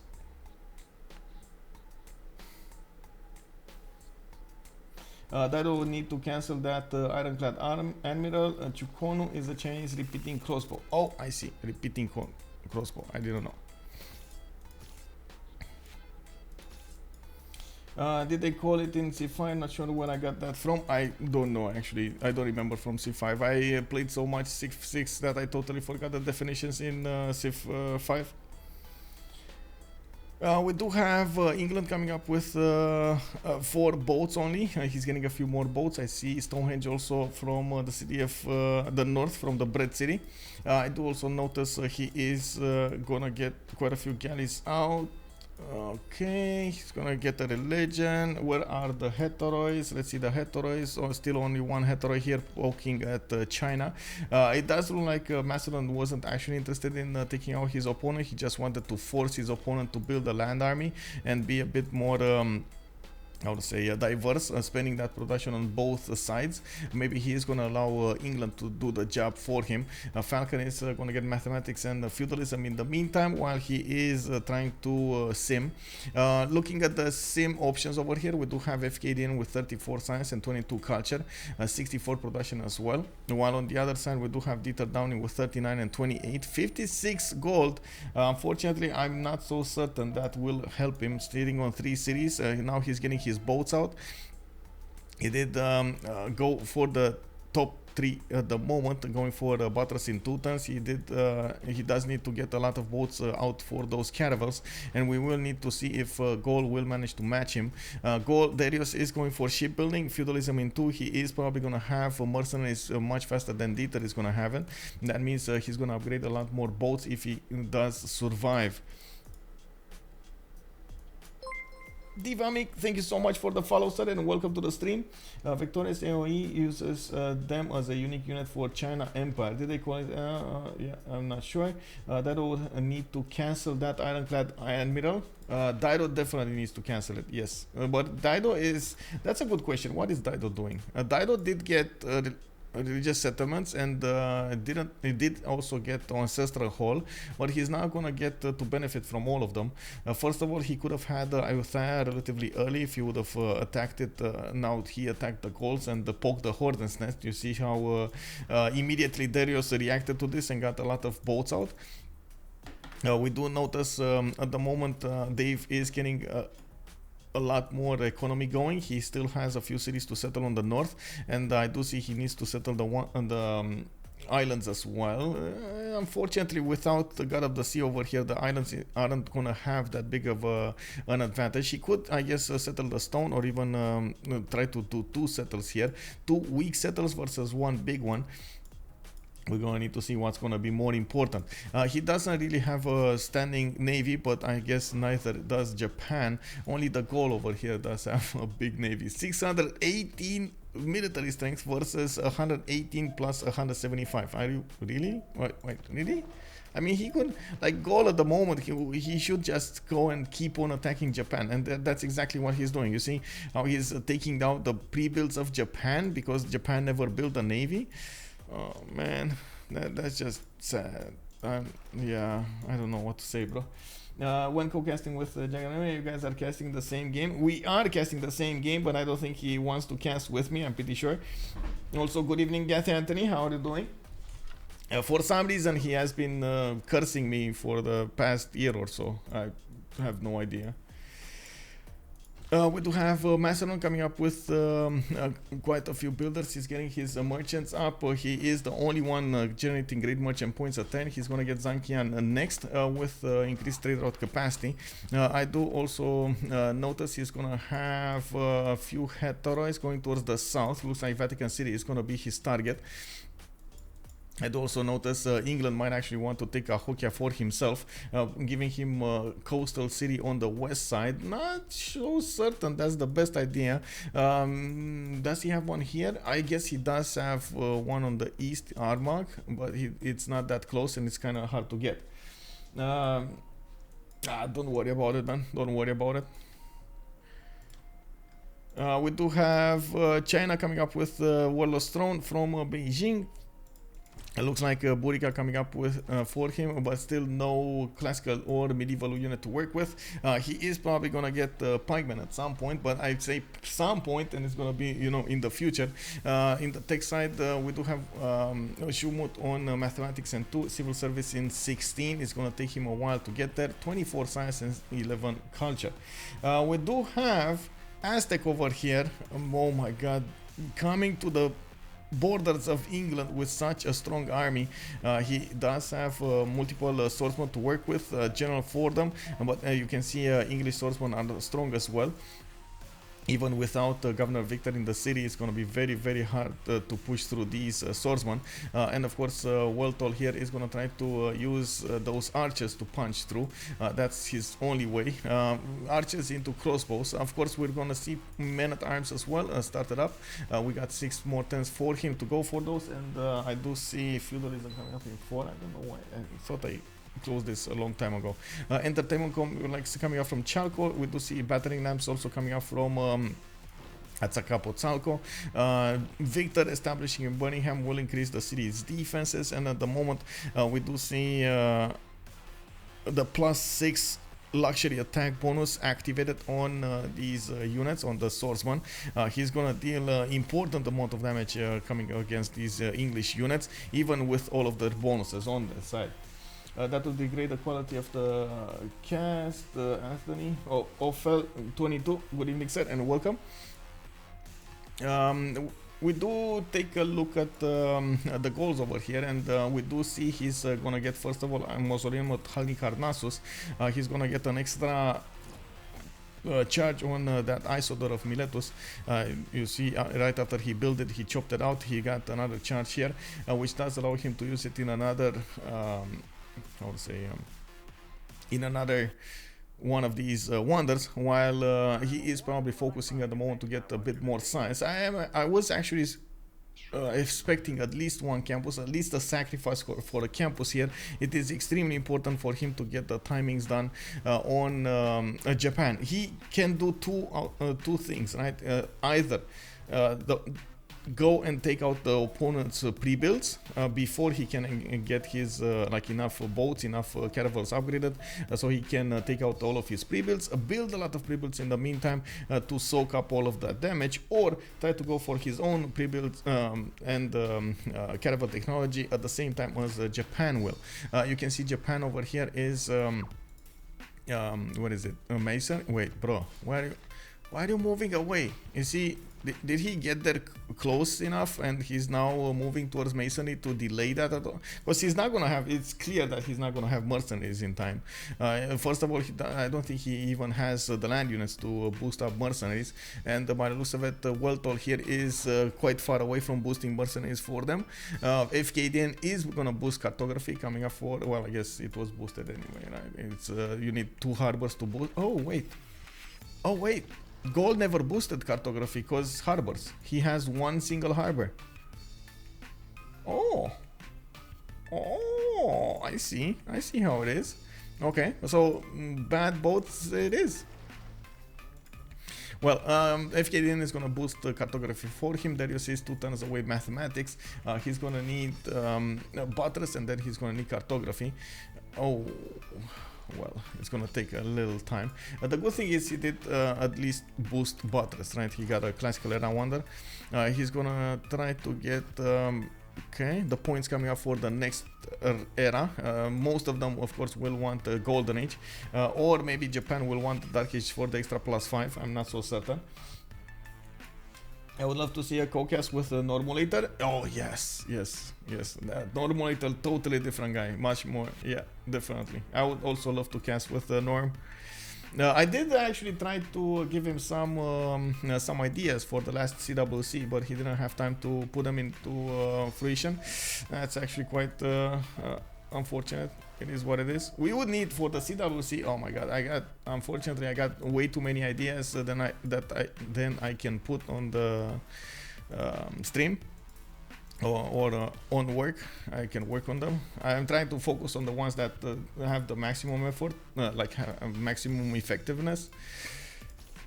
Oh well, we'll see. I do hope we're gonna increase the team. I do hope we can get a lot more things going, especially right now. I'm so happy we got new members. Salty Capybara there. It's amazing when it comes to words and announcements. We do have quite a few new recruits for the referees and so on, so I do have high hopes for the next season. Looking at the qualifiers, it looks like we're gonna have amazing teams also qualified in the tournament. So I'm just hoping, you know, fingers crossed for no dramas. Everybody looking at the rules and giving the show, you know, giving everybody a good competition and show. I just, you know, hope. I can only hope. Could you show us the goal per turn, please? Yes, sir. Yields, we got 20, 12, 25, and 34. On the other side, we got 49 and 50, 50. Not bad actually, goal per turn from both teams. I don't think Fkdn is gonna wanna go. Let's see. Does he wanna go? That's a big question because they can't go both. Like it's either Fkdn or it's Derios on the cartography, on how to say, on the cartography timing. They won't be able to upgrade both sides really quickly, especially without the mercenaries. But I think Derios got mercenaries on his side, right? He's just going civil service at the moment.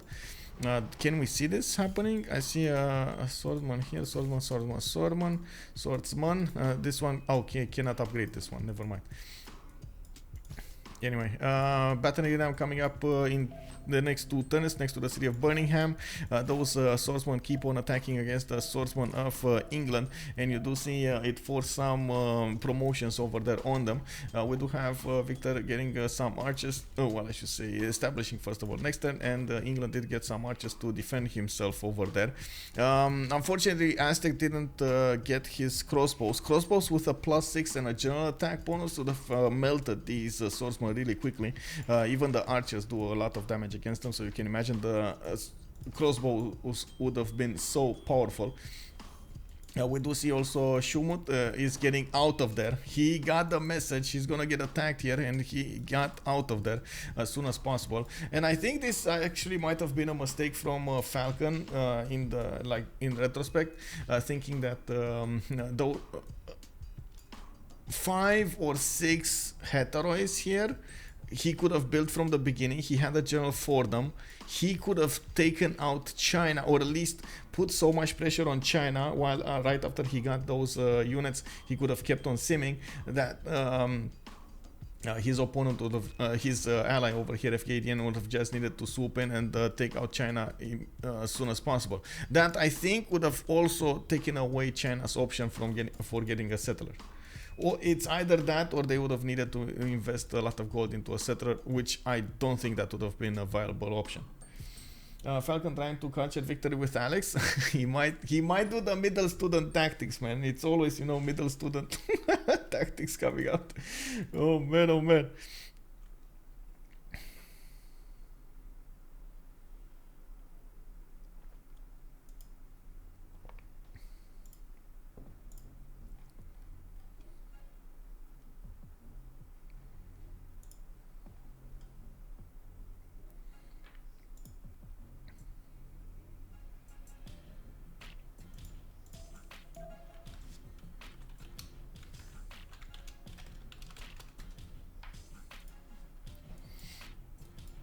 Well, we do have quite a few players trying to get their arena score points here. That battle ram will appear next to those Aztec swordsmen, and it will give the ability to attack into the city strength of Birmingham, the city walls, and deal full damage. We're going to need to see if that's actually going to be positive here. It looks like the general got moved a little bit to the east, so he defends a little more against those archers, and from what I can see, they did manage to take out one of the horses. Looks like also Weltall is delaying this attack a little bit. He was, oh no, England, hello. He got two of those admirals and upgraded them right next to Schuhmut's settler. You can see the galley actually needs to, well, I guess he doesn't get to move anywhere, right? He's just gonna shift and threat on the 2-1, and that's it. The settler is gonna be up there. That is quite a pickle. They're not gonna get to take out one of their opponents, and that will actually cost them a little bit for the late game. It will delay the concede. I'm not sure if it's gonna be, I would say totally, I would say different result, but we might actually see them delaying this result quite a bit.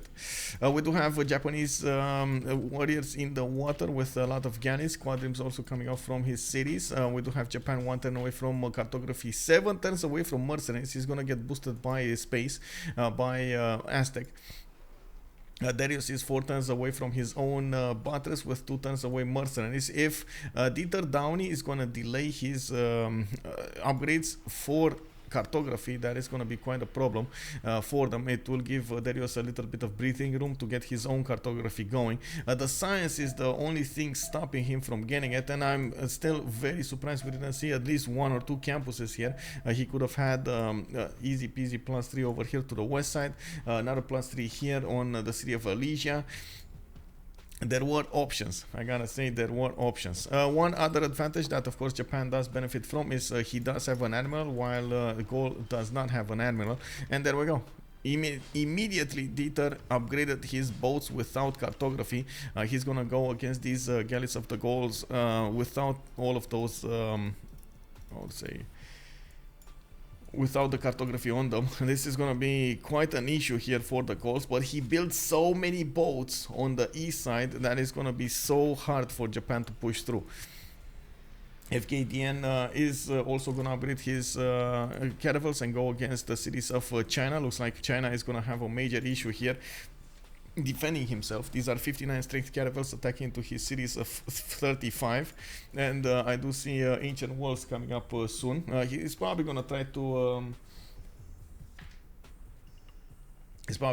chop the walls up. Sorry to say, but this game is long over already. It might be, it might so be, yeah, right.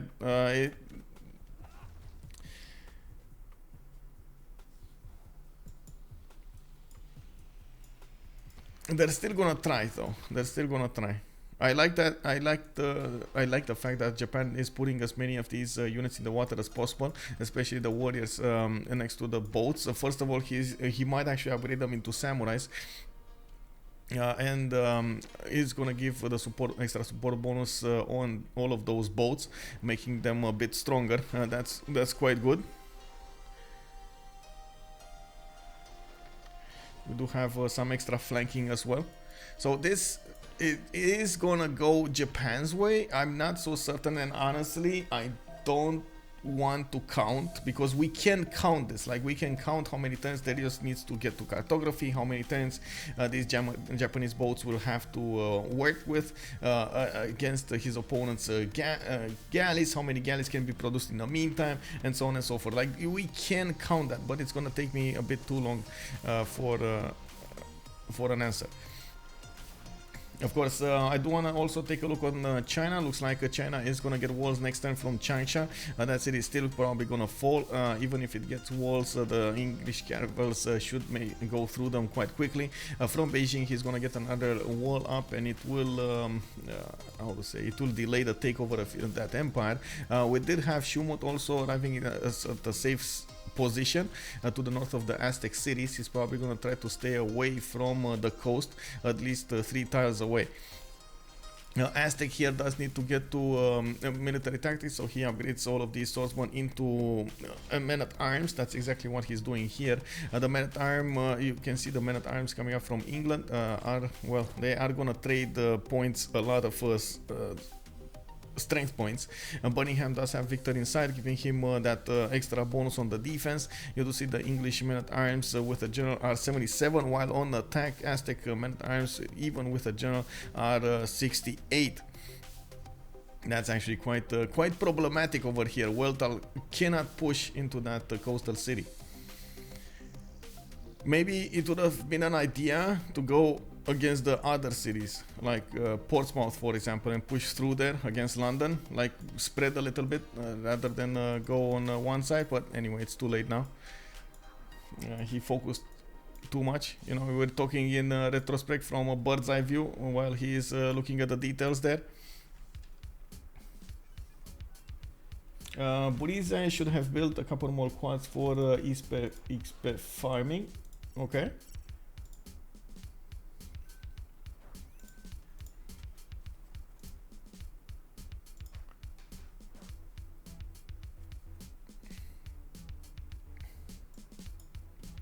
Well, we do have Macedon coming up with creators of his own. He's getting a few theater square festivals for those great writers. You do see he's doing quite a few of them.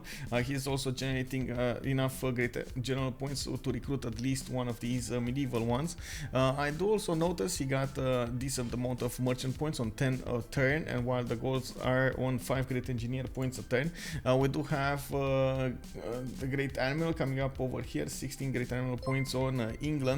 And looks like the goals is gonna have a 31 great admiral points a turn. Well, he's doing projects. He's definitely doing projects to get one for himself.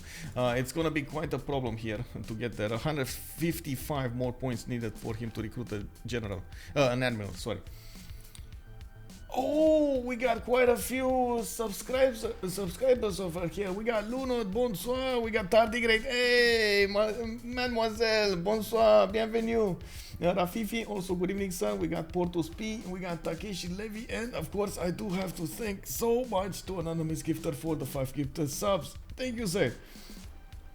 Rafifi, your lucky day indeed. There we go. We got, you can use all of those wonderful emotes over here. We do have more Japanese attacks coming up against his opponent. He's trying to take down the number of Gallic galleys.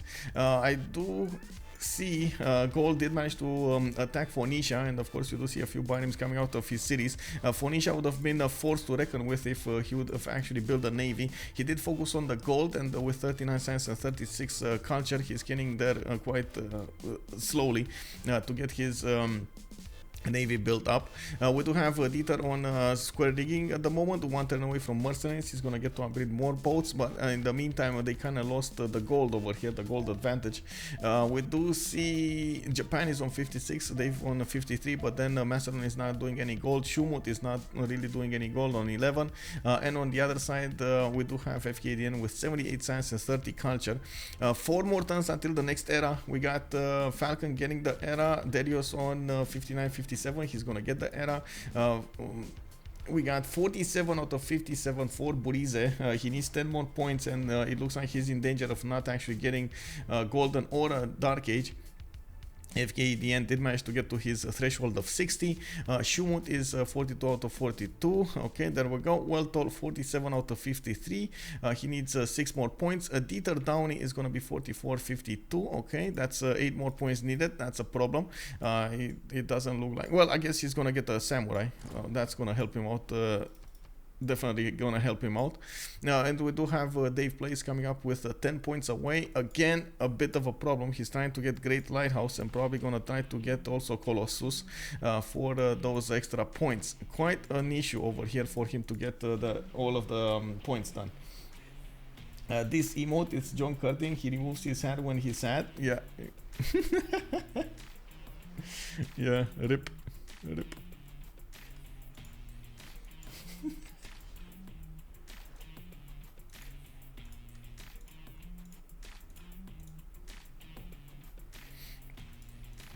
Well, DieterDoner is having an issue. Yes, he is getting some promotions on his caravels, but he cannot push that as fast on his opponent here.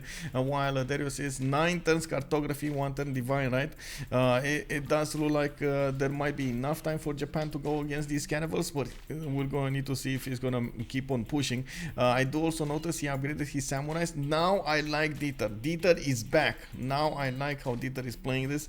He's getting a land attack as well as caravel attack. It looks like he's putting more boats in the water here. He might actually start to take over cities soon over here. Bibrax is in danger. Still harbor shipping projects coming out from the Gaul. Gaul does really need the next admiral, and he's gonna get an... Oh my god, if he does manage to get the ironclad one, because Phoenicia never actually built those projects, he's gonna get insane strength on his cities. Like, that is gonna be so bad. It's not really about the ironclad, it's more about the city strength that he's gonna get here. And even these samurais will have a major issue attacking into those cities. Does OnSpotTV remove his hat when he denounces you as well? I don't think he's denounced me before. No, I did not. I did not denounce you. He slams it on the ground.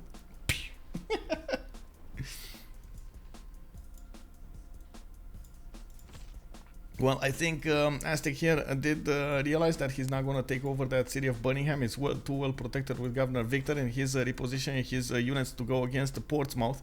We might actually see him take out quite a few units here. He does have a battering ram with him. He does have the opportunity to attack mano a mano against these Maritimes. This time, no more forests to protect behind and hills. We're going to need to see if it's going to be a successful attack. The horses on the east side are also going to attack into the English units, and with the +7 luxury attack bonus, they do have an advantage, even without a general. Gives it a polite little tilt when he introduces himself. Oh, yep. Hello, Rambling Man 420. Good evening, sir. How are you doing? We do have also Oracle being built from Tenochtitlan. I do also notice on the last score screen we got a few changes on the I want to say on Eleanor. I think Eleanor is the only one in danger of not making it from WCG, not making it to a golden age. He's still 8 points away, and it looks like he's bringing pressure a bit too hard for him to get the points. It would have been actually relatively easy if he just got a city on Pamukkale. Easy peasy districts over here if he wanted to, but he never did.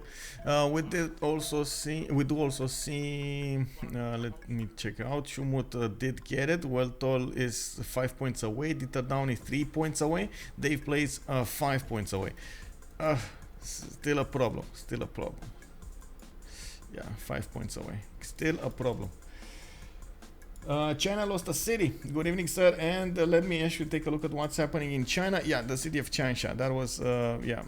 You're right. You're right. Thank you very much, Graf Zebeli, for telling me that. We did see Changsha city was very, very low HP last time we checked it. It was building walls, but it was a bit too late.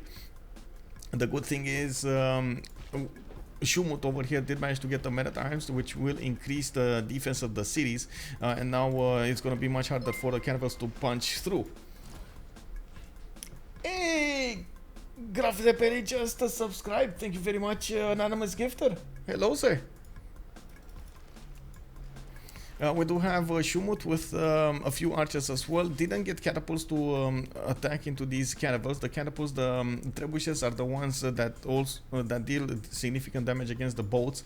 Archers do have a penalty on them of -17, which does kind of, you know, neuter their attack strength. We do need to see if that is gonna be enough wall damage for him to be alive a little while longer. Unfortunately, there's no units coming out from Macedon, and of course they're not putting the attack damage on the Chinese land from the south. But at the same time, Macedon did manage to take over the Vatican City. We do see him spreading out quite a bit. We do also see him trying to get an economy going to upkeep his allies. We do have him on 62 gold a turn. It's really important for them to have a lot of gold, mainly because they need to upgrade as many boats as possible, especially on the Gauls over here. Gaul is well, gonna have a big issue. Cartography coming up in 6 turns. He still is putting a lot of boats in the water, and you do see Japan is getting more caravels. It's also using those samurais to get on the coast over here next to the Gallic cities. But I'm pretty sure we're gonna have an admiral soon acquired by or recruited, I should say, by the Gauls. There we go. He just got enough points, 309, 305. That means he's gonna need to get the ironclad upgraded, and of course that will give him a strong enough unit to boost the defense strength of the garrison of all of his cities, and at the same time put up quite a bit of a defense against Japan.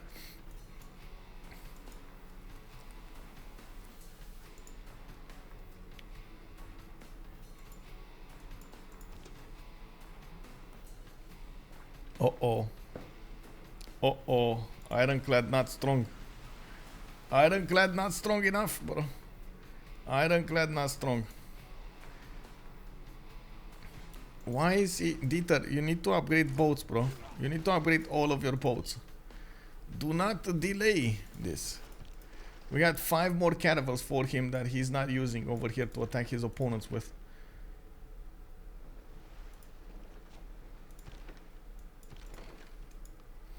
This hurricane will be dangerous. Foes of Japan take double. It all depends on where it's going, right? We got this one. Oh, not this. This category 4 hurricane heading west. Oh my God! Is it? Oh my God! This is gonna be concerning. We got Aztec managing to get next to Portsmouth. We do still see he doesn't have crossbows yet, but I do see crossbows upgraded from England, and I do see Aztec did manage to punch through the initial line of defense. He's gonna need to reposition a few units to get them back and get some health back on them, while he's gonna need to get the newly built ones on the front line. He does deal significant damage against that encampment. If he does manage to double tap it, he should be able to take it down. We will need to see next turn if that's actually going to be his choice over here. Oh, he might go now. Let's go. Let's go. Okay. Some last moves coming out from Burrize, trying to take out the weak units of his opponent. Okay, let's go for gold. Actually, let's go faith, because nobody's faith. Catholicism and Diplo.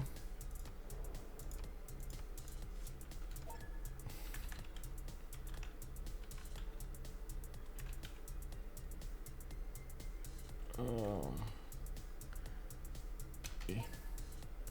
Wow, I can't see what I wrote. Kick.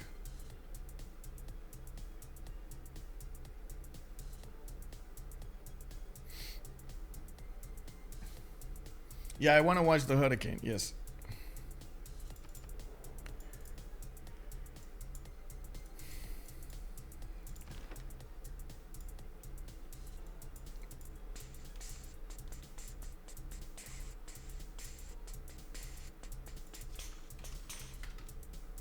Wow.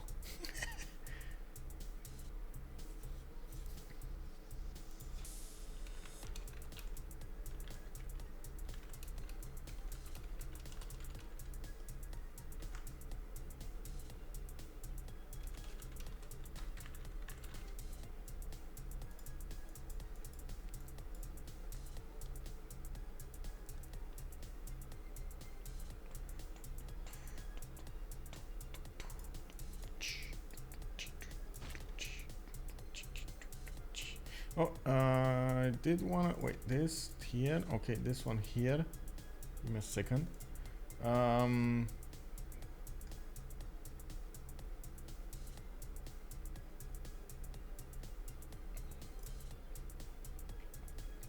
So just to give you guys, this wasn't updated. Okay.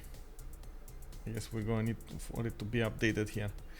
We do have from the other group, by the way, WCG is in Group B. In Group A, change of circumstance is with 300, and it looks like they're going to need to be fighting Holy Shit Empire. Okay. Let's see eras, let's see scores, let's see Hurricane. Oh, where is the Hurricane? Oh my god, okay. I saw Hurricane, but too late.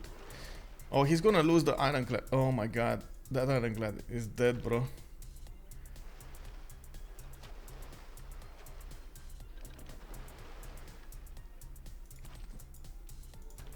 I don't know why he didn't attack into the Ironclad. He could have taken it out next time. But anyway. You can see the Hurricane actually went west, and we do see it's not actually appearing over here, so we don't know where it's gonna go. Maybe it's gonna dissipate. We do have Japan with a few more of these boats available to upgrade. I would really hope he's gonna keep on upgrading them. There we go. And we do have him disembarking with samurais on the opponent's lands. Let's take a look. Falcon, Penbrush and Voice, Golden Age. I see Derios with Ambiorix on Penbrush and Voice, still 4 turns away from cartography, and he's losing the majority of his pre-builds over here. Still gonna have the option to hard build a lot of his boats. We do have also Burrize, normal age. Unfortunately, he didn't get the necessary points. Of Fkdn is free inquiry in golden age, 85 science and 40 culture. We do have him with 376 gold in the bank as well, and he keeps on pillaging the tiles of China here, or he's at least trying to.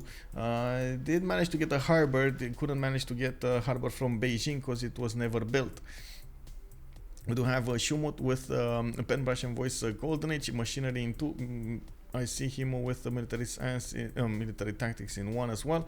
Penbrush and Voice, well, I guess it is important, but since he is still trying to just stay alive and go as far away from the coast as possible, it's gonna be quite a hard time for him to come back into this game. Montezuma with Penbrush and Voice, Golden Age, 48 science and 66 culture. We do have him on 600 military strength. Looks like DieterDoner did go for normal age, which is gonna be quite a problem. 53 science, lost most of his culture, 16 culture, while we do have DavePlays, 4 turns away cartography. He is gonna have a bit of a navy here from the north. Definitely needs a few more of these biomes. This is the moment that he needs to put the biomes on the western cities to build, and I think even on the east he could build a few of them to try to go against Bradford before cartography finishes. Anyway, it's just by the way, frigate waiting room until Beijing is gonna fall here. Looks like we got a few rebuilds, quadrims coming up from Changsha, and he's gonna go to the south to take out that city's defenses. We do also have over here a production coming up minus 50% next in this era. We got all players make on them blah blah blah Catholicism, and Falcon is gonna get the extra 2 Diplo points. Now we do need to see if Falcon is gonna get a religion here or holy set for Macedon to get that Mahabari temple if he wants to keep on going towards diplomatic victory. It's gonna be much easier with it.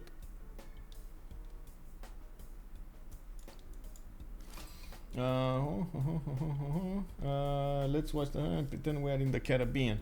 Oh, kick. I do also notice Aztec got pushed back by England. He managed to defend the Aztec units. There's one piece of very important information here. Aztec's damage, extra damage, only activates on attack. So you need to keep on attacking if you want to have an advantage. The second you stop attacking, that's the second you're probably going to die. The fact that he didn't have siege units or ranged units with his army also mattered quite a lot. And yes, he does have a few archers, but he needed crossbows and he needed catapults. It's quite unfortunate. Catapults over here would have been amazing on Tlacopan South. And I don't think there was a problem with the science. He has more than decent science and culture. I think it was more of a problem of planning rather than anything else. Let's take a look at the Gallic war here. We do have, of course, the city's defenses jumped up to 72. He's getting attacked from the north as well as the east. You can see his ironclad did get a promotion here. Unfortunately, Dieter didn't keep on attacking into that ironclad and didn't take it down, which is going to make it much tougher for him to take it down in the next part of the game. You see, the ironclad did arrive at 98 strength on defense. Oh man, okay. Well, that was problematic.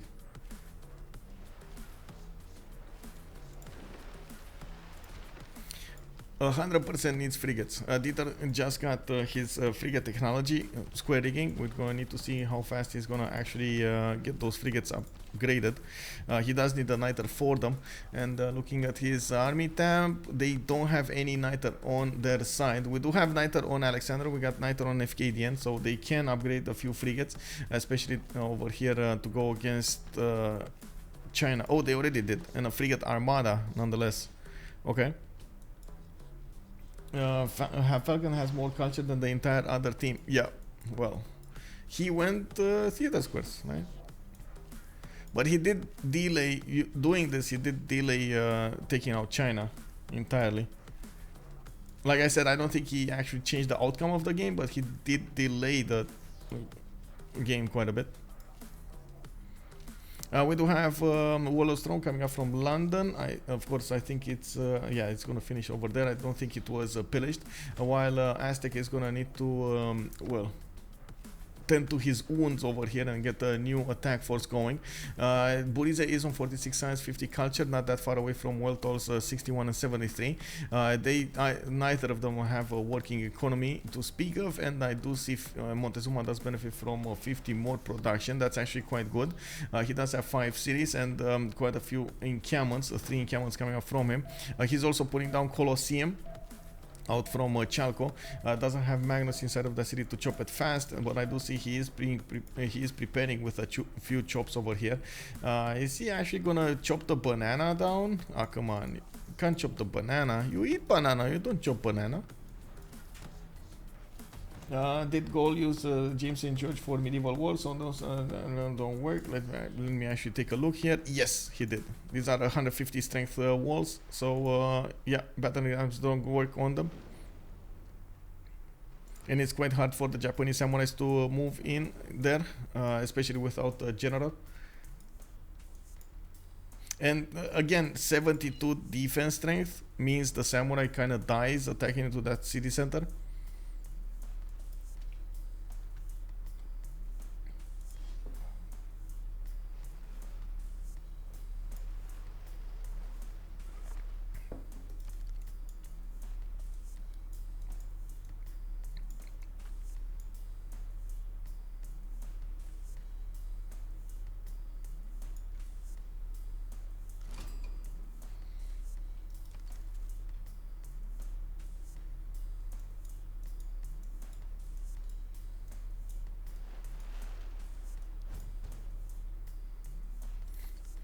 Oh, we got a knight upgrade. Oh, finally! The units of Macedon, 30 turns later. And we do have them attacking into Beijing on the land. Finally, we're getting there. Oh, wait. What's going on?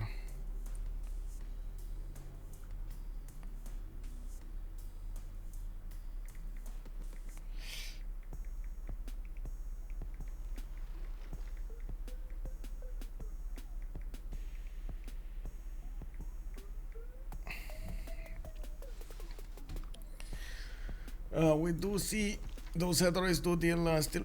Oh my god. Well, they can't really deal that much damage against the men-at-arms. We do need to see stronger units over here coming up from Macedon if he really wants to be effective. 30 turns later, these heteroids just don't deal enough damage against his opponents. Units. They do have 60 production, 60 damage on them. Oops. Definitely, at that moment in time in the classical era, it would have been amazing for them to attack with. We do see over here England coming up with okay, a defense against the Aztec on the east side. We do have those horses coming up from Aztec going against the defenses of the Gauls here, and it does look like we're gonna see them pillage a few times, but that's about it. He's not gonna get that much done. I do also notice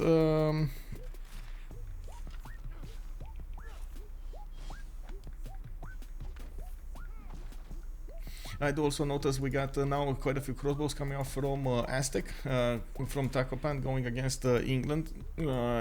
Again, we do have a line of crossbows coming off from England as well, so they are kind of matching each other.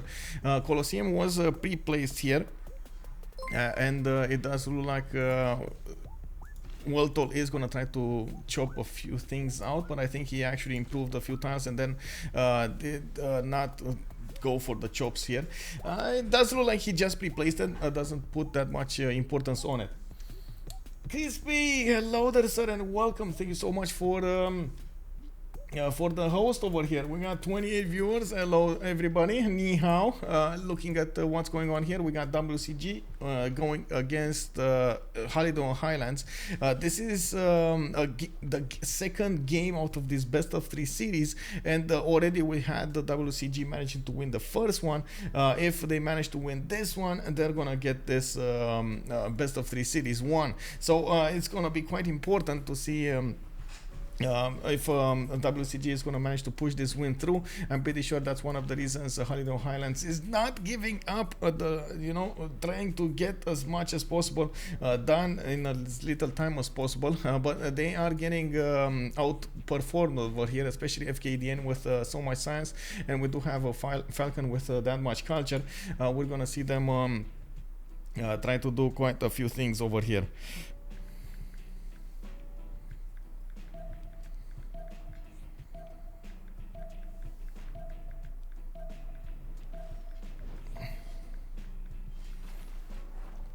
Beijing is gonna go down. Those knights of Macedon did arrive in the borders. Now that England did take it over, Macedon could upgrade those knights on the front line, and it does look like he is trying to do some damage over here against the units of China. There still is a city on this coast, Xi'an, while they're going to need to take off Jiaodong to take over the Chinese Empire entirely. It's very important for a player to actually survive. Coming up here, we do need to see if Aztec is going to get to defend him. One of the important facts of keeping a player intact is, of course, the military alliance coming up in the game. The extra +5 that somebody's gonna lose because you died is gonna be quite a problem, and of course the fact that you're not gonna get trade routes, you're not gonna get how to say, the votes in the Congress and so on. It's quite a problem if one player dies. That's one of the reasons you see the players trying to get as much as possible those safety settlers out from their cities so they can survive a little while longer. The main problem is your team will need to pick up the slack and try to get more yields on their side to counteract the fact that they're not actually going to get the benefits of an extra ally. The other benefits like resources, like gold, like city, like power, and so on and so forth, like the units. We do also need to see if we got a successful attack coming out from Japan. Looks like he ended up a bit too late on this attack on the Gauls. We do have Dieter ending up finding a wall of units here from the Gauls. He did dwindle down the number of rebuilds, but you see how important it was that Gaul made a lot of units. Now he's gonna get to defend himself with his own caravels. He does have an ironclad as well there. It's gonna be very hard for Japan to push in, even if he has a little bit of an advantage from the shallow water tiles and that animal of his.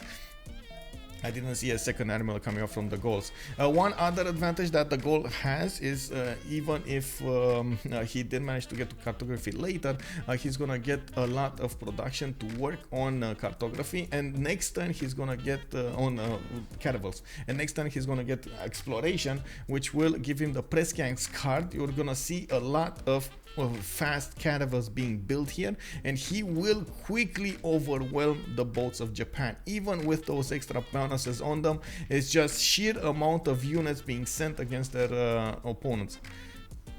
Oh my, did he just... Ooh, he took out the... okay, I like the sacrifice, but I think it's a bit too late. 1064 nationalism. Yeah, well, it is what it is, man. It is what it is. 200 culture coming out from Falcon, 89 science. We've seen quite a few results like this, but I gotta say, not on Macedon. Macedon is I would say is usually a little slower on the culture than this time. Well, we do have Beijing actually reacquired by China, flipped back, and then Macedon took it out another time. I think he lost. Oh my god, he took out. No, he didn't. Okay, we got the frigate armada repositioned to the north. He's gonna go around this towards Xi'an, while England is gonna put a few settlers on the east. He's gonna get closer to Aztec, and I'm pretty sure when he's gonna get battleships, he's gonna take out Azcapotzalco and Tlacopan. While Aztec is fully focused to fight England over here on the coast. He does have a problem, England on the land, I mean. He's going to have a problem on the coast against Victoria. We do need to see if the Gauls over here will manage to... Yeah, it's too late. It's too late. So we got, out of all of those Japanese caravels that were upgraded, we got only 1, 2, 3, 4 alive. Yes, he has a few more galleys to upgrade. 1, 2, 3, 4. 1, 2, 3 actually, and then a few frigates. But he never got that niter. The only now he has niter. Weltall has some niter, so he can give him some. But it is a bit late. We're gonna have also Phoenicia end up with a few of these bodies next to him. He does have an opportunity to upgrade those caravels in the water, and we're gonna need to see if he's gonna manage to push in, or at least keep at bay the Gauls. Not even push him, just keep him at bay. That's the major issue over here, because the moment the Gaul is just gonna run rampant. We got him switching on the press gang cards. Now he's 1 turning caravels from 3 cities, 2 turning them from Malaysia, and of course that fleet is gonna be so big so fast. If he keeps on 1 turning these caravels, like, there's no chance for Japan to counteract that. Look at him taking down the pre-builds of Japan. That's it. You know, this is it. Like, I feel we're gonna see a concede soon enough. We got Aztec realizing his mistake and totally switching like 90 degrees towards crossbows. So many crossbows coming out from his cities. 2, 4, 6, 8, 10, 12, 14, 16, 18, 20 crossbows are going on the front line against England. And of course we do need to see if England over here is going to manage to defend. I think he will. And there's a lot of rainforest forest, a lot of hilly terrain over here, so the crossbows won't have that much of an easy time attacking into the English units, and England will get the promotions on his men-at-arms, making them a bit stronger. Again, crossbows would have been fine, but at the correct moment in time. Now, yes, you do have a lot of them, but it kind of feels like it's a bit late in the game. I do have to say Weltall still has an advantage when it comes to the culture and the science against his opponent, and he does have a lot more production coming out against Burrize. And there we go. We got a GG. Japan was going down. They couldn't stop the takeover of the Chinese lands. We did see Dido try to get as much gold as possible, but couldn't get his own cartography. Quite a few amazing things happen over here. Yes, we did have also Macedon coming up with a lot of culture, with a lot of production on his side. We did see him turn 65 nationalism, just like Gathy Anthony is saying over here, and we did have him with quite a few advantages. Victoria did get the gold for him. Macedon did get the gold for him, and it looks like Gaul outproduced Japan on the seas. too many bad boats for Japan to go through. He managed to lose most of his navy before he managed to do anything important with it. Let's take a look at post-game chat. Let me jump in post-game 1. Hello and good evening. Hello, good evening. Man, Dieter, so many questions for you. So many questions. Yeah. Yeah. Well, let me. I want to give you the chance. Please tell us, what do you think happened? What do you think happened? What do you mean? What happened? In my game or? Yes. Your game in particular, or in the whole Japan. game. Yeah. Your game.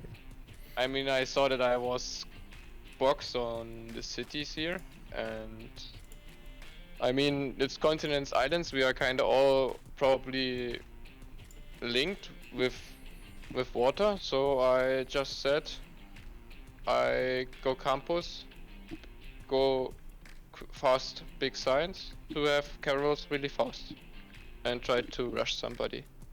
Yeah. Yeah, and then there was Derios with 900 military, and I mean, he can hold so long when he do it, no. With this warriors and his boats, he can hold it so long with the support bonus and all that stuff, and then he get the wall engineer. He can't even hit the cities with rams, and then he got the ironclad, and then it was complete over. I was surprised you didn't build a few more boats than him and especially with Phoenicia's support to go against him at the beginning, because you did have the stronger boats, but somehow you were trading badly against him, and he got the upper hand. I think I just tried to plug the choke, and I mean I don't want to be in with boats. Yeah. Because I mean he can just block the chokes as well. Do you see? There's like he puts 3 or 4 boats in there, and I can't do shit. So I just stopped that and tried to get my carols faster. Yeah. And Phoenicia with Dave should actually sim, but to be honest, we all said it in our team, his sim wasn't that good. Otherwise he should carry us in the late game. But so we said, yeah, I tried to get Gaul here, and he tries to sim, and yeah. Let's go above in voice 5 and see what the boys have to say. Yeah, of course. Thank you for the comments. Thank you. Japan naval with Gaul, man. It's like I would like. I was looking at this. It's Spain, man. No, he projected. Guys, Derios projected. Yeah, we saw that he projected. Admiral. I mean, that he has +6 apediums. Hello, in everywhere. Jack, he has 3 harbors. Dude, he's a +6 apedium. That he has more production in his one city than Japan has in his 3. His entire land, man. Like it's a half-price Congress, and Japan is still 2 turning quads, man. Yeah. I'm a turning carol. He's 2 turning. I mean, it's. I mean, we were commenting that like. I don't know. I fucked up the Hano fleet. Did you see? I went on the wrong side. I mean, I couldn't know. Oh no, we didn't see. I couldn't know. I tried to kill his settler with Hano fleet, but I went on the wrong side. You guys caused, by the way, predictions ever. I mean, I caused it. We thought that Falcon would suicide into China. No, he's not. Dude, that was the biggest debate ever, man. We thought Falcon, saw the guy, the rat in his eyes, man. The guy is like 40 tiles away, but the lamp I is sold a good story, the man. train of settlers, man, going the encampment territory. Aye, guy, man, yeah. He's like Daniel, send galleys here, please. This fucking rat, man. This fucking rat. I'm like, what are you saying? I was getting galley rushed in with Thorn, man. Did I see Arma? I wanted to kill Arma, man, but nah, I have to defend his fucking Meton, man. Well, this is getting out of hand over here, so we did see what's going on over here. They're just, I don't know, cursing at each other over there. I would want to say that, of course, we did see WCG go against their opponents over here, Halidonia Highlands. So we're gonna need to check out when the website is updated on the challenge 1 to see who they're gonna fight against next. I think they will drop down in the lower bracket, and we're gonna see what they will end up on. We do have also a change of circumstance that did manage to get a 3-0-0 going, and I'm pretty sure we're gonna see them fighting against Holy Shit Empire. That looks to be how this is done, how the matchups are done. We also see, we don't need to see also Gold by Library with Monkagan finish all of their games. They still have 1 or 2 more games to finish, and I believe Corporate is not gonna play anymore. Also, Tranquility needs to get a few more points on their belt to see how this is gonna go for. Trojan Man, good evening, sir, and I'm sorry, yeah, it was an awesome game, by the way, to watch. If you do wanna rewatch it, I'm gonna put it up on YouTube, or it's gonna be available on the Twitch views over here. Well, in the meantime, I do wanna point out we're gonna have quite a competition during this weekend. We got a 1v1 Blitz coming up on Sunday, and we do have tomorrow a game at 17:45. No, it's actually 14:55 if I'm not 45 if I'm not mistaken. Let me take a look at what's going on over here. Upcoming games. This one, No Name versus Among Us Squad, this is 17:45 coming up tomorrow. We do need to see how this will develop over there, and of course what will happen. So thank you so much, guys, for the follows, for the support, for the subs. Much appreciated. Let's see each other in the next stream tomorrow. No Name going against Among Us Scott Research Station, and of course we do have a big competition starting up with 1200 GMT on Sunday, and we might have a surprise guest joining us. I can't wait for that to happen. Have a good evening, guys, and let's see each other next time. Bye bye.